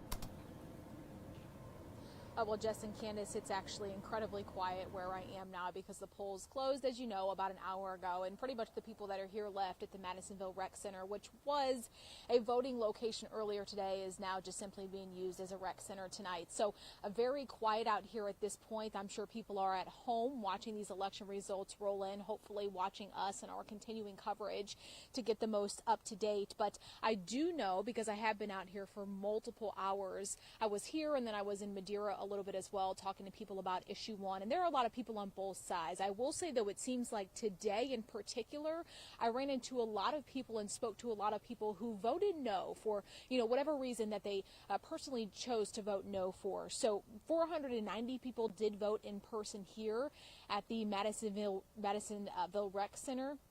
And it was pretty busy earlier today, but like I mentioned, at this point it has really quieted down here. People just kind of waiting on those election results to roll in at this point. Now, you did really just give the latest numbers here. I'm doing the same here on my end, refreshing the screen here every couple of minutes just to see any kind of new information. So right now at this point, 22%, which is not much different than what you said just a minute ago, but 63% at yes and 37% at no. So I'm going to continue to watch this out here, as well as I know you guys will back in the studio. All right, Brittany, thank you, Brittany, for checking in with us, and we'll come back out to you as things continue to develop. In the meantime, a look back at the maps. We're slowly starting to see more and more of those numbers trickling in, Candice. We are. I mean, here in Ohio, this is very similar to what we were seeing just a few minutes ago there for issue 1 and issue 2. Again, very, very significant margins. I mean, we'll see what happens, but no, for issue 1 they have some work to do. You have some votes to find. Where are you going to find them? And again, it maybe what you're trying to do is you're trying to find them in places like Butler County, in places like Warren County. Those are locations that you would, if you're for no, you're hoping those margins flip. When you have such huge margins in places like Cincinnati, Columbus, Cleveland. I mean, even up in Toledo, you see a pretty decent margin up there as well in Lucas County. Then you need these other counties. You can't lose many other counties when you have those breaking to the extent that they are. So if you're for no, you were going to want some of these counties, maybe some of these suburbs of Cincinnati, of Columbus to break your way. You need it to find those votes. There's a lot of votes to find right now. I want to go back over to Kentucky, Candice, just check in on that governor race and see if there is anything new as far as these results go. So 70% of the votes counted right now. We still see current governor Andy Beshear leading right now, about 53%, pretty close to 53. It is. So that, I mean, the new development is that we're at 70% of votes counted now. And what we're seeing margin-wise is the same. So again, if you're Andy Beshear's camp, you're happy with that. You're maintaining the margin. You're not losing it. We've seen that 47-52, it feels like, since about 7 o'clock this evening. So in the last hour and a half, not a lot of change there despite more and more votes coming in. We knew before that Fayette County, Lexington was pretty much almost done counting. We go over to Jefferson County and Louisville now. Again, a place that you'd expect Beshear to win by a lot.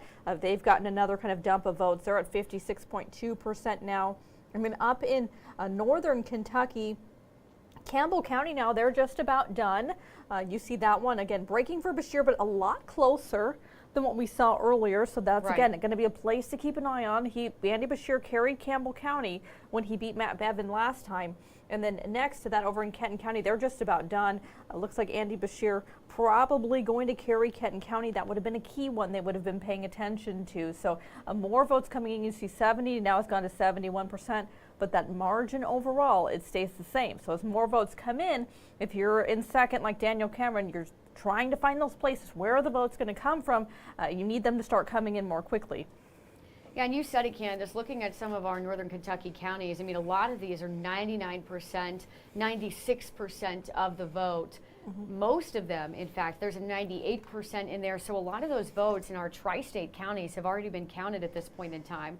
Let's scroll down and check on. Again, we already knew about Secretary of State. It looks like Attorney General, about 69% of the votes counted. We still see Russell Coleman in the lead there, 58 to 42%. So that has remained steady. Yes. For Treasurer as well, we're still seeing Mark Metcalf in the lead there, the Republican candidate with a 57%. And then continuing down here, Agriculture Commissioner as well, Jonathan Schell, 59.4% in that race. Yeah, I mean, big ones on the table. Secretary of State's a big one. It's a race that people are paying a lot more attention to in recent years. And Attorney General, we mentioned the potential impact of that. I mean, you have a governor's race here between your last two attorney generals in Kentucky. So that often is a position that is not only important in the state alone, being that top cop, but also maybe what your political future means going forward off of that. And I have been keeping a close eye as well on social media, because occasionally sometimes some of these candidates will share some reactions online. I have not seen anything yet, but that is something that we are definitely watching. Frank LaRose, of course, the Secretary of State in Ohio, he did post about that. He just said the polls are officially closed and thank you, Ohio, but nothing really significant other than just acknowledging when the polls had closed, which was quite some time ago. So I know that we have been closely following issue 1 and 2 in Ohio, Candice. Yes. Issue 2, again, would legalize marijuana in the state of Ohio. We do have reporter Simone Jameson with us today. She is covering that issue for us tonight. And Simone, we want to go ahead and come out to you to just fill us in a little bit about what you've learned about this issue, what people are telling you about this, and how those numbers are looking.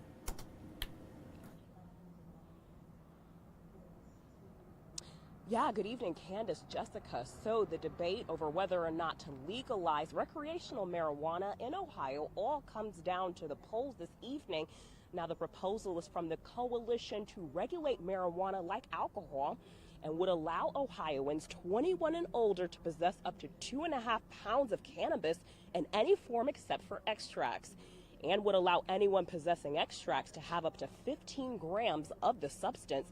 It would also allow Ohioans to grow up to 6 individual cannabis plants and up to 12 plants in homes where there are multiple adults.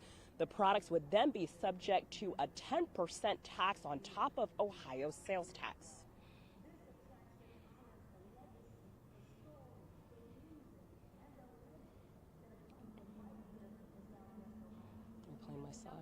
Now, if issue 2 passes, it would take a month for it to go into effect, so we're looking at it becoming a law no sooner than December 7th, and lawmakers could still make adjustments to it. Okay, Simone, a lot of good information there. And I know that you can't see it right now, Simone. We actually have the numbers right next to you on our screen anyway, and we can see that right now 24% of votes are counted, and it looks like issue 2 is about 56% to 44% at this point in time. So we'll keep a close eye on that as well. And Simone, if anything happens out there, let us know. We'll be sure to come back to you. Thank you, Simone. Okay, so we are closely continuing to follow the races here. I'm just looking over to make sure we're not missing any of these numbers. It looks like it's still, though, Candice, 24 to 25% as we take a look here. Yes. So it seems like they're coming in a little bit slower. It felt like for a minute we were getting more and more. Now it's slowed down to some degree. Yeah, and some of that just kind of depends on the location. It depends on how many precincts that location had, how quickly those trucks can get in. That's why I mentioned to you, even just someone who's been at the Board of Elections in Hamilton County before, you get that first chunk, and we've seen that even in those local races. We got those early votes, and those were there in-house for the most part. But then it's bringing the trucks in, taking the ballots off the truck, running them through the machines, verifying them for accuracy. So there's a process. Many of these counties, it's a well-oiled machine how they get it done, but it does take some time, and a lot of people involved in making that happen. But it seems like they're still holding kind of form right now. In Kentucky governor's race, things kind of what we've been seeing throughout.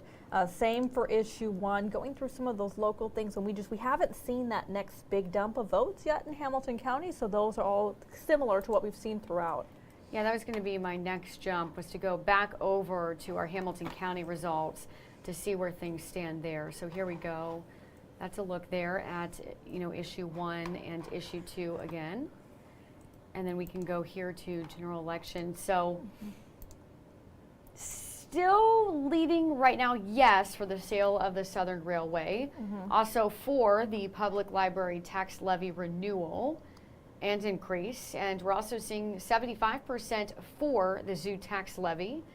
We can scroll through here. So there's a lot of, as you can see, a lot of other local issues on the ballot this year that just have not gotten the votes in yet. So here's some just in Adams County, and at this point 0% of the votes are in for most of those things. I'm just scrolling through to look at some of these. I know we had a lot of not only, Candice, local official races this year, but Board of Education races for school districts. We've had some school levies that we've been keeping an eye on as well. Yes. But as you can see, many of these races don't have numbers. There are some here. This looks like Blue Ash Council starting to get some votes coming in. The Blanchester School Board of Education. And then as we move through these, a lot of 0% again. A couple coming in Brown County. Yeah, but I mean, it goes to show you, though. I mean, there's a number of races going on, but it's one of those things when you talk to people in their areas, they're very keyed in. I mean, it goes to show you how important people have realized that some of these races are in your community, whether it is something like a school board, how that shapes a school district, whether it is something like a school levy and being able to fund whatever you're wanting for your child or your family member's schools. Those things incredibly important, and I think more than ever we see people really focusing on some of those issues or board memberships or things that maybe in the past people would go through, and that would be kind of a subtext behind some of these things like abortion or a Kentucky gubernatorial race, but a lot of people are really saying, no, this affects me, this affects my family, it's important, and that's one reason why we wanted to make sure that all of these races were available for you real time on our website, so no matter where you live, if you're in the viewing area, you can look and see exactly what's important to you and tailor it that way. And this is something I wanted to take a look at too, because we had talked about this before, Candice, the charter amendment that is designed, the supporters say, to help with affordable housing in the Cincinnati community.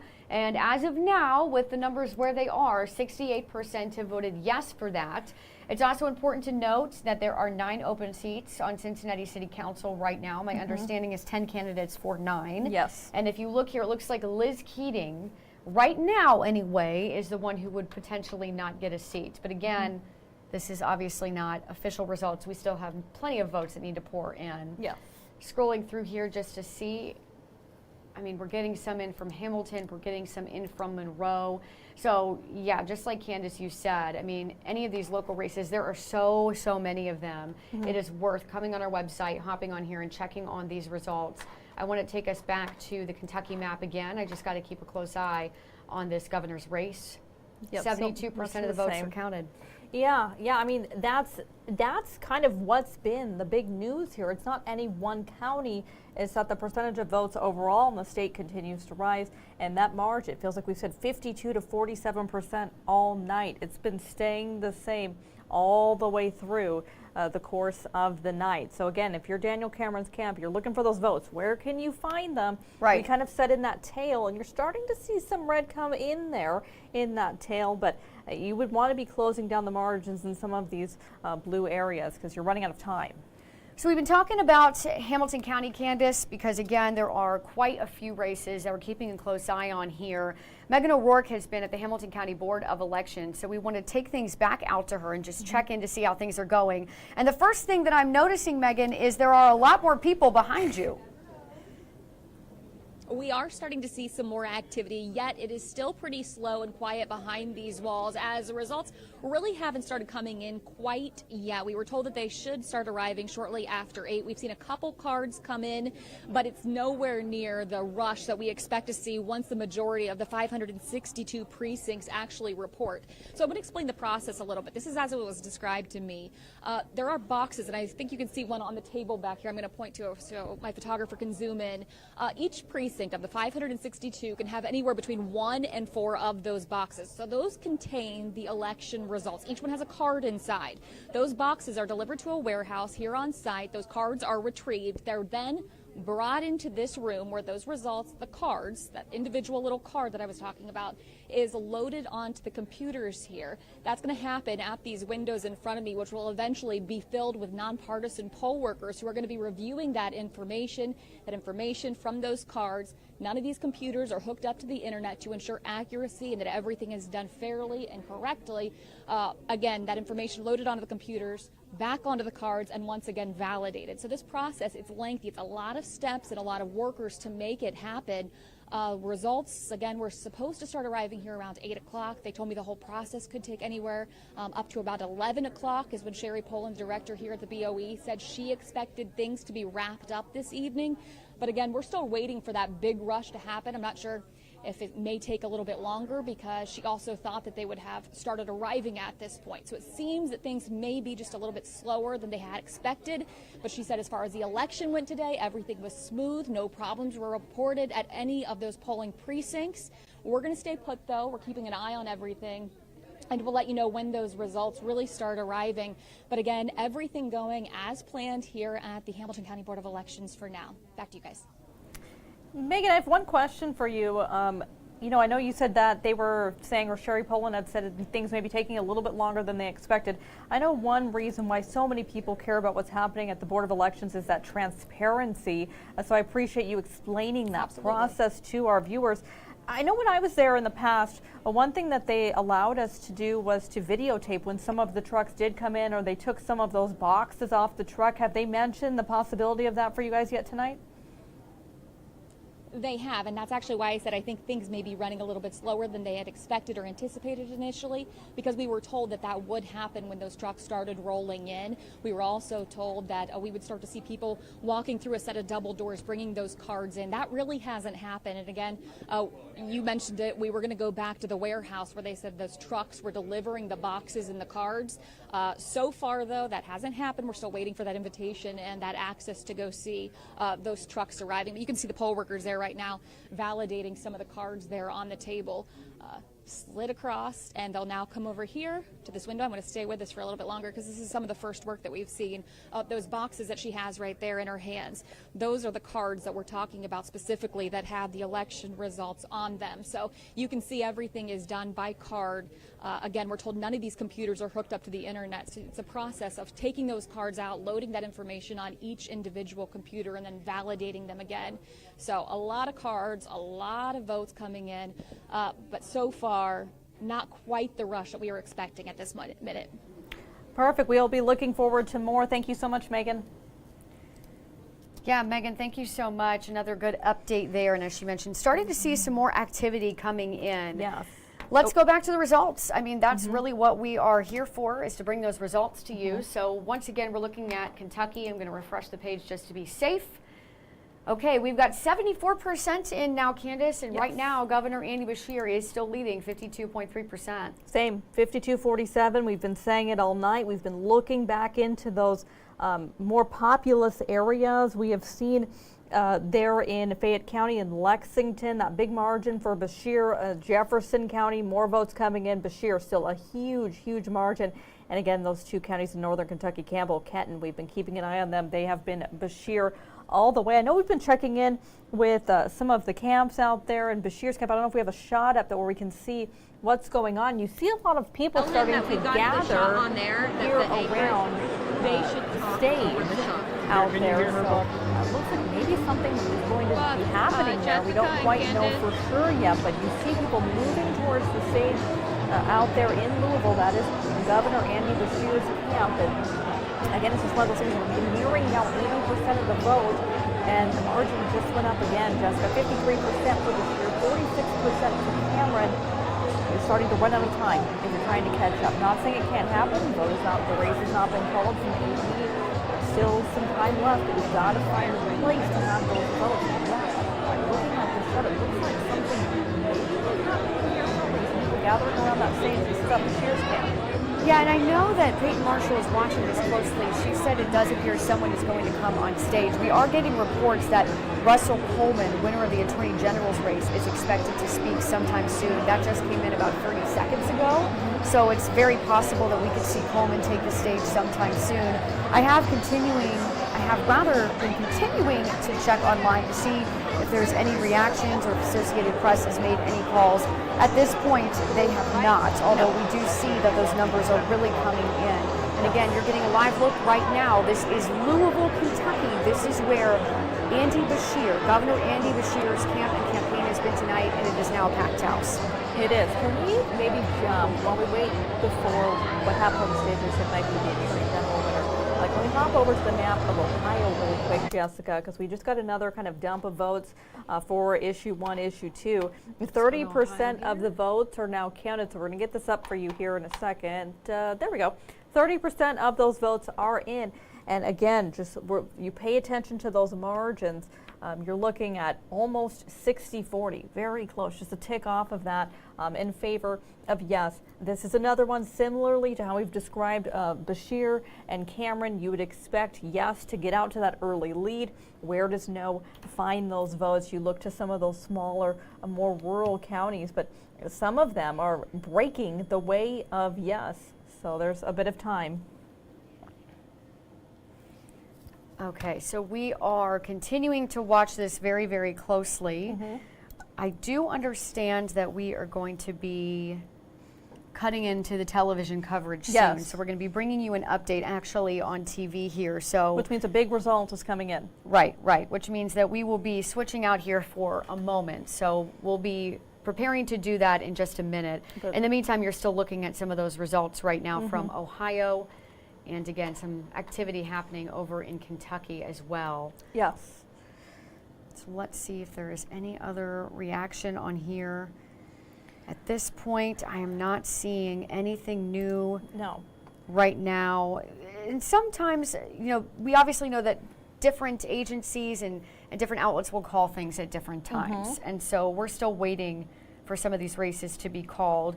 And from what we're seeing on these results here, they have not been. Here's another update here on issue abortion rights as well. And it's an accuracy thing, I think, especially in more recent years. I mean, there have been times in the past where races have maybe been called by one entity and then it didn't pan out that way. It's just, to a different day and age we live in. Some of the old traditional ways of political thinking have changed a little bit. We've seen a little bit more volatility in some of these races. That's why we stick with it until the Associated Press feels like they can accurately project that. But we are getting word that potentially a big race is going to be called here shortly. So we're going to be getting you out to that here in just a second.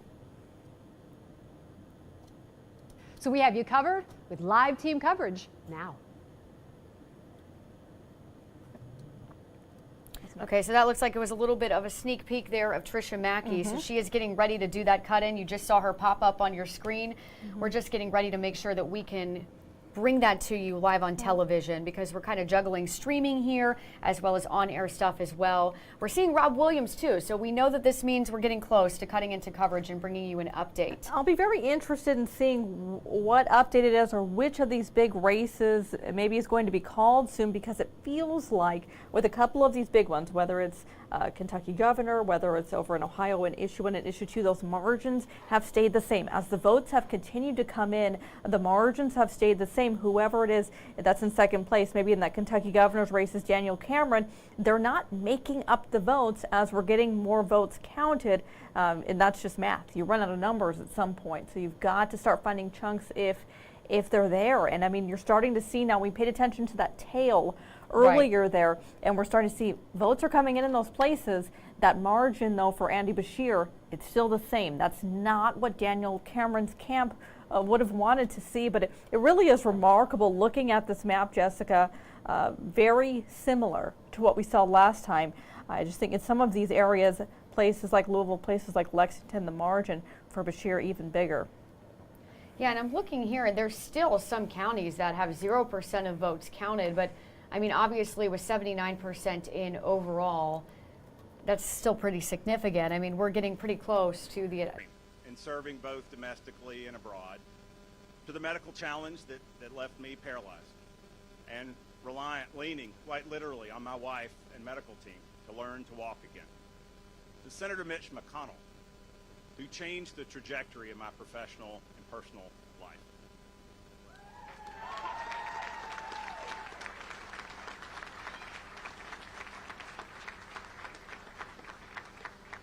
Make no mistake, friends, I didn't make this happen.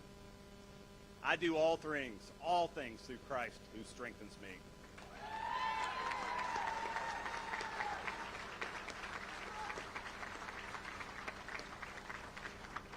I stand here today because of his blessings and the love and support of the people in this room.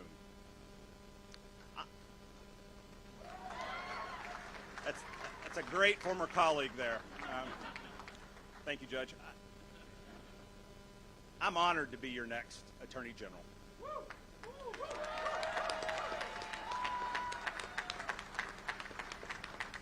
And friends, may God protect the men and women of Kentucky law enforcement and the people of our Commonwealth.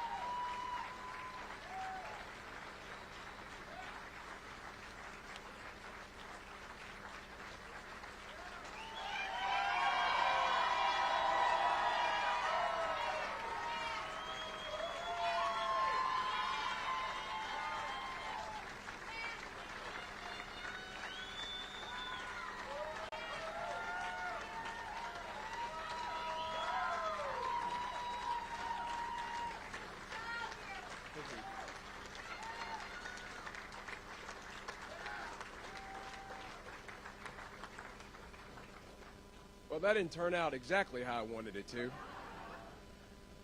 Well, look, it has been such an honor to run as the Republican nominee for governor and to run alongside someone who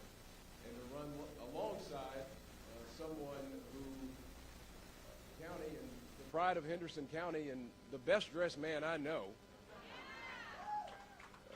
The fact that he runs a dry cleaners might have something to do with that. Robbie Mills.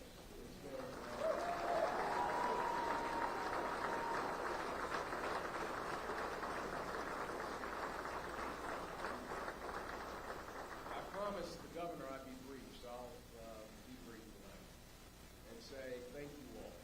Thank you so much for your willingness and commit to this campaign and this effort. An effort that was ultimately about our kids and our grandkids. You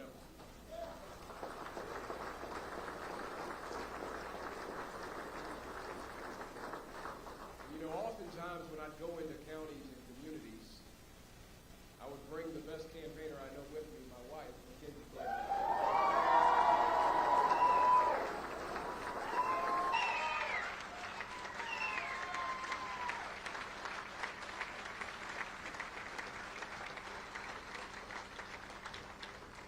Doesn't she look radiant tonight, I think?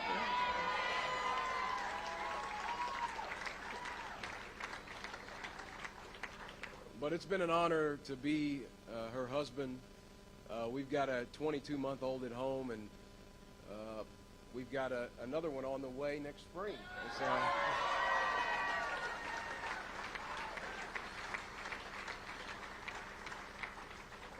But whether it was Mackenzie or Vicki Mills or all of you all here, again, this was about future generations. And as I called the governor to congratulate him, I know from his perspective and from all of our perspectives that we all want the same thing for our future generations. We want a better Commonwealth, one in which it can ultimately be a shining city on a hill, a model and example for the rest of the nation to follow. And so as I did with Governor Beshear, I want all of us to think about what these next few decades will look like. And I ask that you pray for Governor Beshear and his team and for all of our Commonwealth. Because at the end of the day, win, lose, or draw, what ultimately matters is that we know that Christ is on the throne.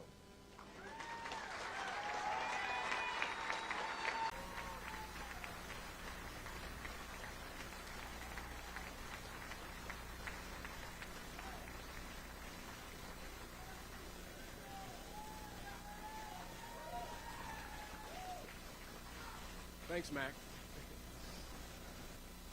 Well, that's what Mackenzie and I will return to.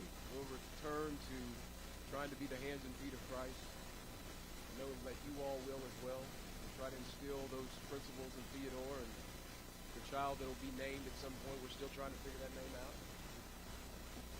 But that's what it's about here on this earth. About leaving better than you found it. And giving a better future for your kids and your grandkids. So let us continue in that effort. Let us continue in that work. I want to thank my campaign team. I'm not going to name all of them, but I want to give a shout out to Terry Carmack, my big brother. Terry Carmack, my big brother.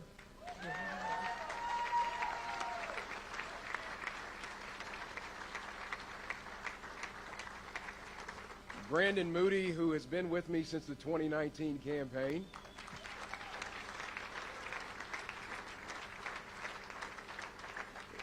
And the final member of the Troika, Scott Jennings. Thank you, my friend.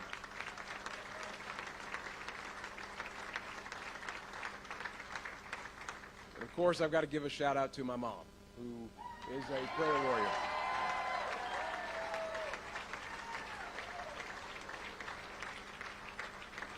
So thank you to all of you. May God bless you, and God bless Kentucky. Thank you so much.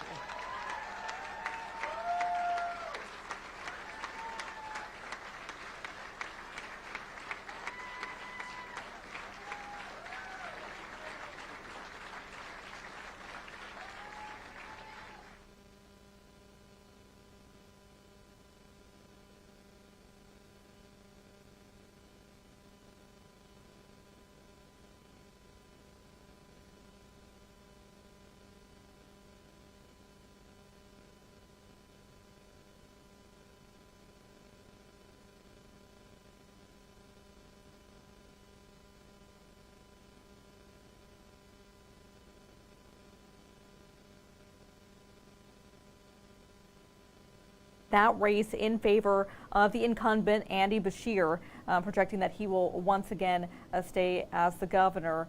And you heard Daniel Cameron there concede the race and do it early. So we'll see, looking at Bashir's camp, we will see if we see him come out rather shortly. You would expect that, certainly. Yeah, especially now that Daniel Cameron has spoken, I would guess it's probably a matter of time. I mean, we can give you a live look right now. This is also, again, in Louisville. This is Governor Andy Bashir's campaign headquarters. From what we can see, Candice, I do see quite a few people smiling and they seem happy, and we did hear that from Peyton as well. When we went to her a few minutes ago, we heard people cheering. We heard cheering, we heard a lot of music, yeah, we heard a lot of happy people. And you know, for them, it seemed like this was not a night that was filled with much worry, right? We knew going in, because he's been governor before, how he won last time. We knew which areas he really needed to win and win by large margins to get there. Again, and it felt like from the moment we started getting results, he snagged those areas and he maintained them throughout the course of the night. So not too much worry, I don't think, was there during the night at all for Camp Bashir, but certainly it's always good when you get the results, and they've been able to celebrate a bit, and it looks like they're all crowding around that stage waiting for him to come out, which we would expect.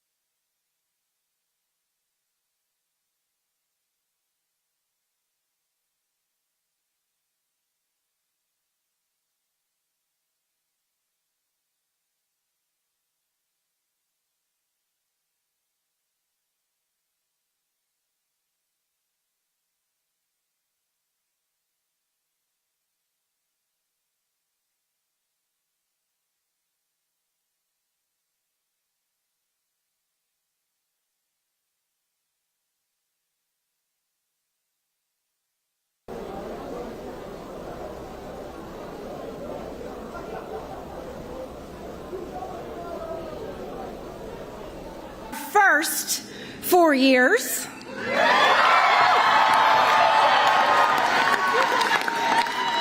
Record economic investment, the lowest unemployment ever, record budget surpluses.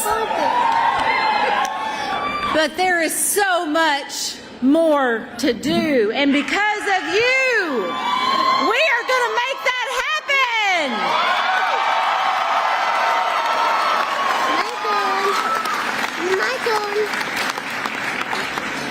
As a teacher, I see the problems that we face through the lens of the kids in our classrooms.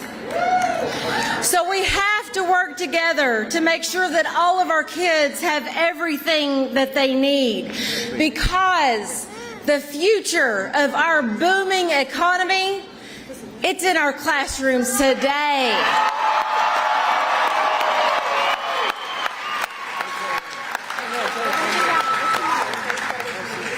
I tried to tell them, when you attack public education in the Commonwealth of Kentucky, you will lose.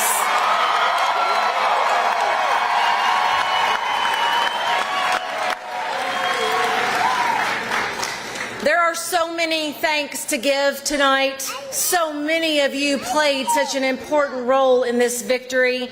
First, I got to thank the people of Kentucky for giving us another chance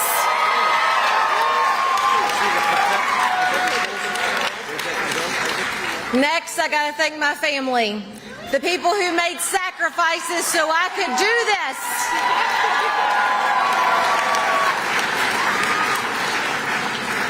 Everybody on our campaign staff who helped guide us here. If you volunteered, if you knocked on a door, if you gave $1, you are part of this win.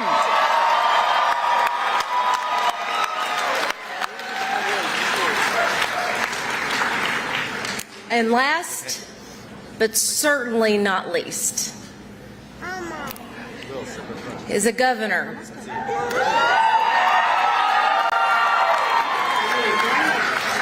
who chose a teacher as his running mate.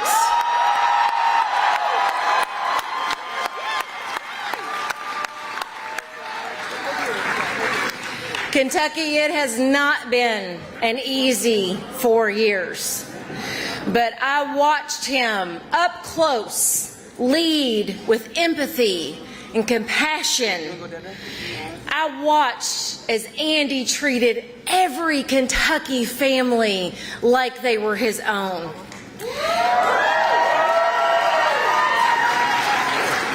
And I watched him prove that it doesn't matter your zip code, your political party, or anything else, that he was gonna fight for you because you are a Kentuckian.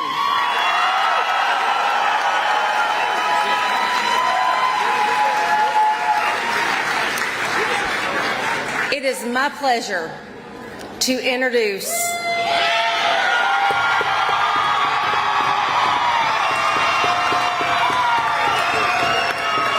my friend, your friend, and our governor for 4 more years, Andy Beshear.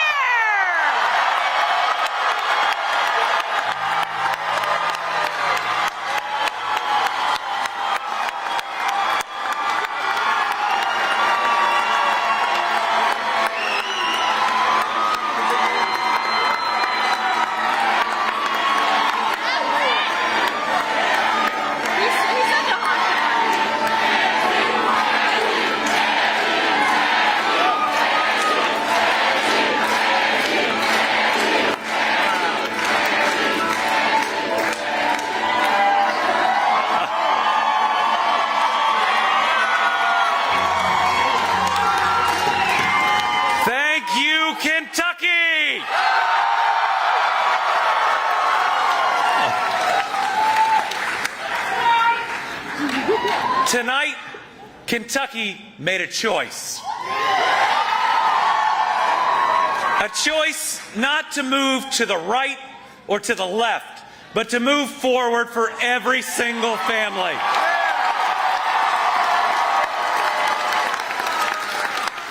A choice to reject Team R or Team D and to state clearly that we are one Team Kentucky.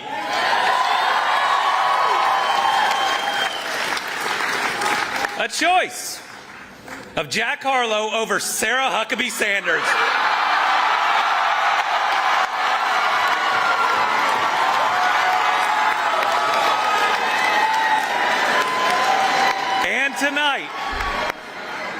And tonight, the people of Kentucky elected me as just the third 2 consecutive term governor in our history.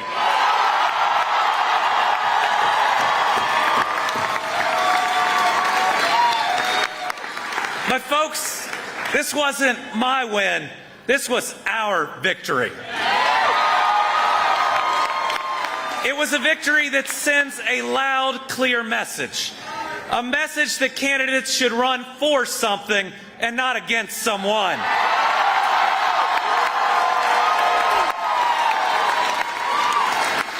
That a candidate should show vision and not sow division.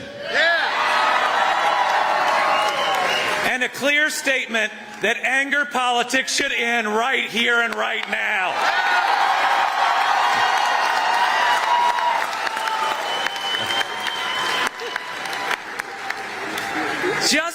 Just look at what we were up against. 5 super PACs. My opponent's super PAC, Mitch McConnell's super PAC, Rand Paul's super PAC, the Club for Growth, the Republican Governors Association, all running ads full of hate and division.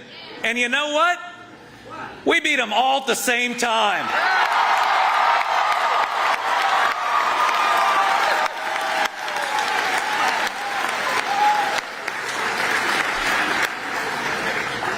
This election shows who we are as Kentuckians. We are a proud people who take care of each other.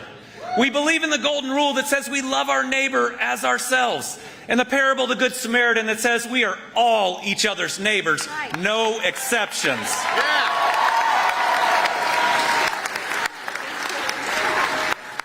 Our neighbors aren't just Democrats. They're not just Republicans. They're not just independents.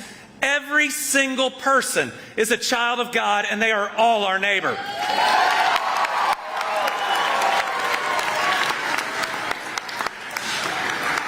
We get through the hard times, and we get through them together. We get to the good times, and we get to them together. And wow, are we getting to them. Kentucky is on a historic win streak. The 2 best years of economic development in the history of the Commonwealth of Kentucky.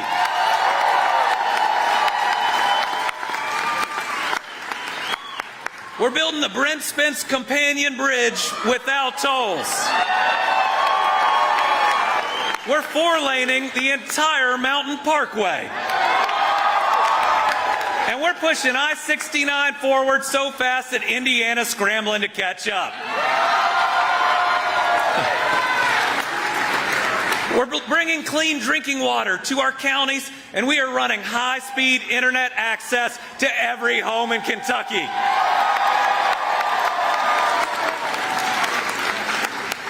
We're building the 2 biggest battery plants on planet Earth. And the cleanest, greenest recycled paper mill in this country. We have record high budget surpluses and record low unemployment.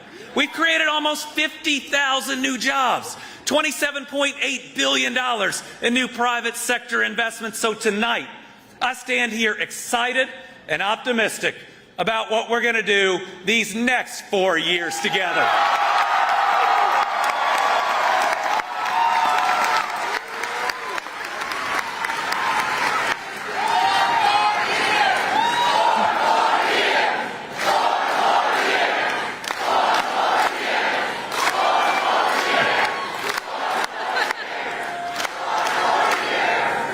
Next 4 years, it's time for a couple things. First, it's time to get our educators the big pay raise they deserve.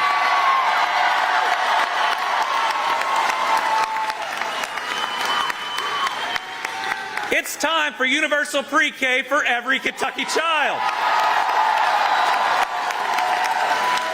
We're going to keep attracting new jobs and new industries, building our workforce, building the Kentucky we have always dreamed of. And it's amazing that we're here because we have been through a lot together. Devastating tornadoes in the west, historic flooding in the east, and after each I made a promise that I would help rebuild every home and every life. And thanks to the people of Kentucky, and thanks to this election, we're going to see that promise through.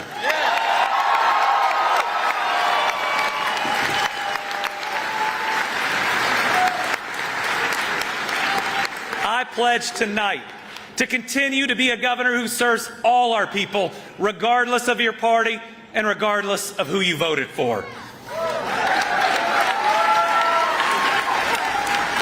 These next 4 years, we have an opportunity to come further together.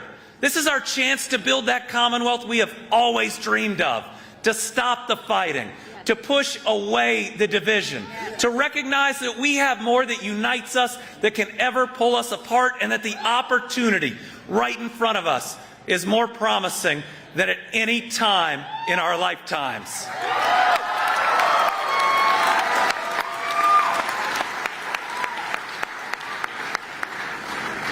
I have a lot of thank yous.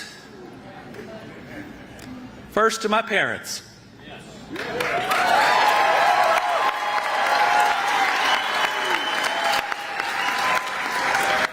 To Steve and Jane Bashir, thank you for all your support, your service, and your leadership. I love you.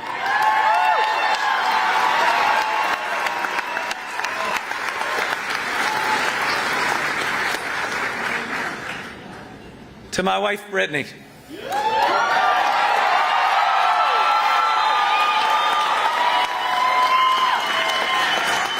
And to my kids, Will and Lila.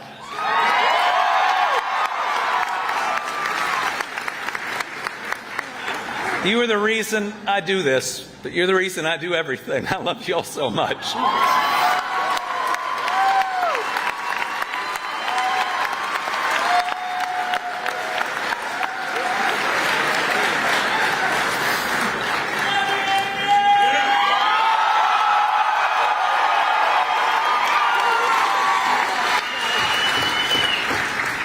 Hadley is here tonight. She is a brave young woman who came forward to share her story, to speak for so many that couldn't speak for themselves. And because of her courage,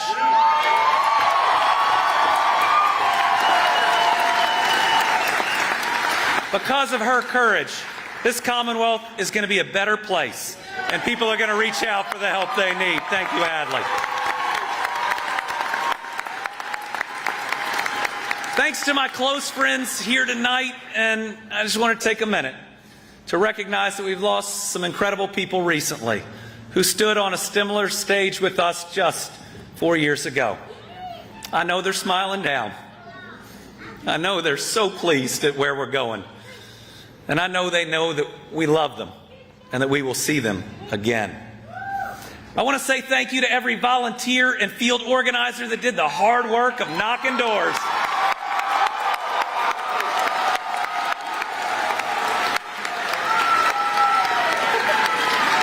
See, it's that type of energy that helped us win.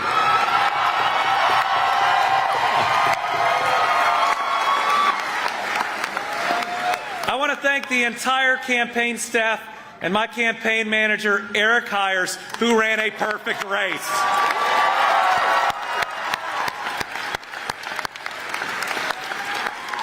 And I want to say a huge thank you to the official Commonwealth of Kentucky staff. Not just everyone in the governor's office, but every single state employee.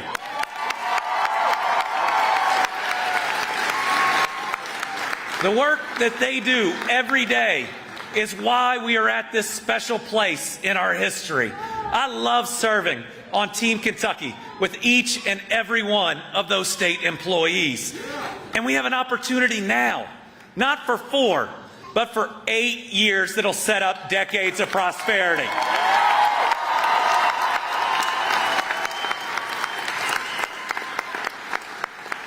I know that every day I have left as governor is special. That every day we have left working together is a day to improve the lives of our fellow Kentuckians. I love this Commonwealth.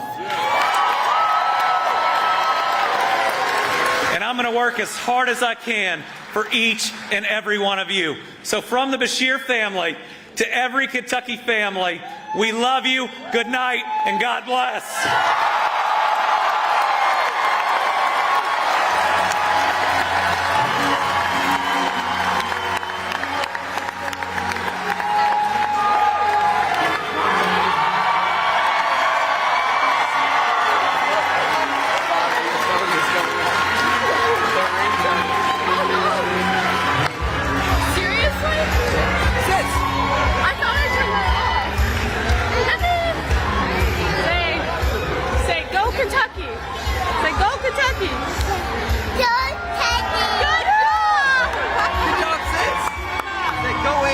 The charter amendment related to affordable housing, as well as the public library levy as well. And again, if you want to keep your eye on these results, it's really easy. You can go to our website right now and scroll through and look at all of the results in our tri-state area right now, specifically, of course, being Kentucky and Ohio. And you can see again here, Issue 2 has just passed, and there's Governor Andy Bashir, who it looks like did just wrap up his speech there. Yeah, I mean, we'll have full team coverage. We obviously have reporters out there at both Bashir and Cameron's camps. We have reporters who are covering Issue 1, Issue 2, which we have now seen both projected to pass, and then we'll keep you posted on those local races, the ones that really matter to you and to your family, to your children, and we'll be keeping an eye on those. Those have not been called yet, so lots of moving parts still going on, Jessica. Yeah, so again, you're going to want to join us at 10 p.m. on Fox 19 now. Of course, you can stream our newscast the same way that you've been streaming this if you're using our app or our website. We'll have Rob and Tricia, of course, bringing you a lot of these election results. And just as Candice has mentioned, we'll be going out to those reporters live in the field. And Candice and I as well will be covering some of these issues. If you've joined us for the live stream tonight, we thank you so much. We hope this has been helpful and informational. And yeah, we'll see you here in just a few minutes at 10 o'clock. Yep, see you a bit on Fox 19. Thank you.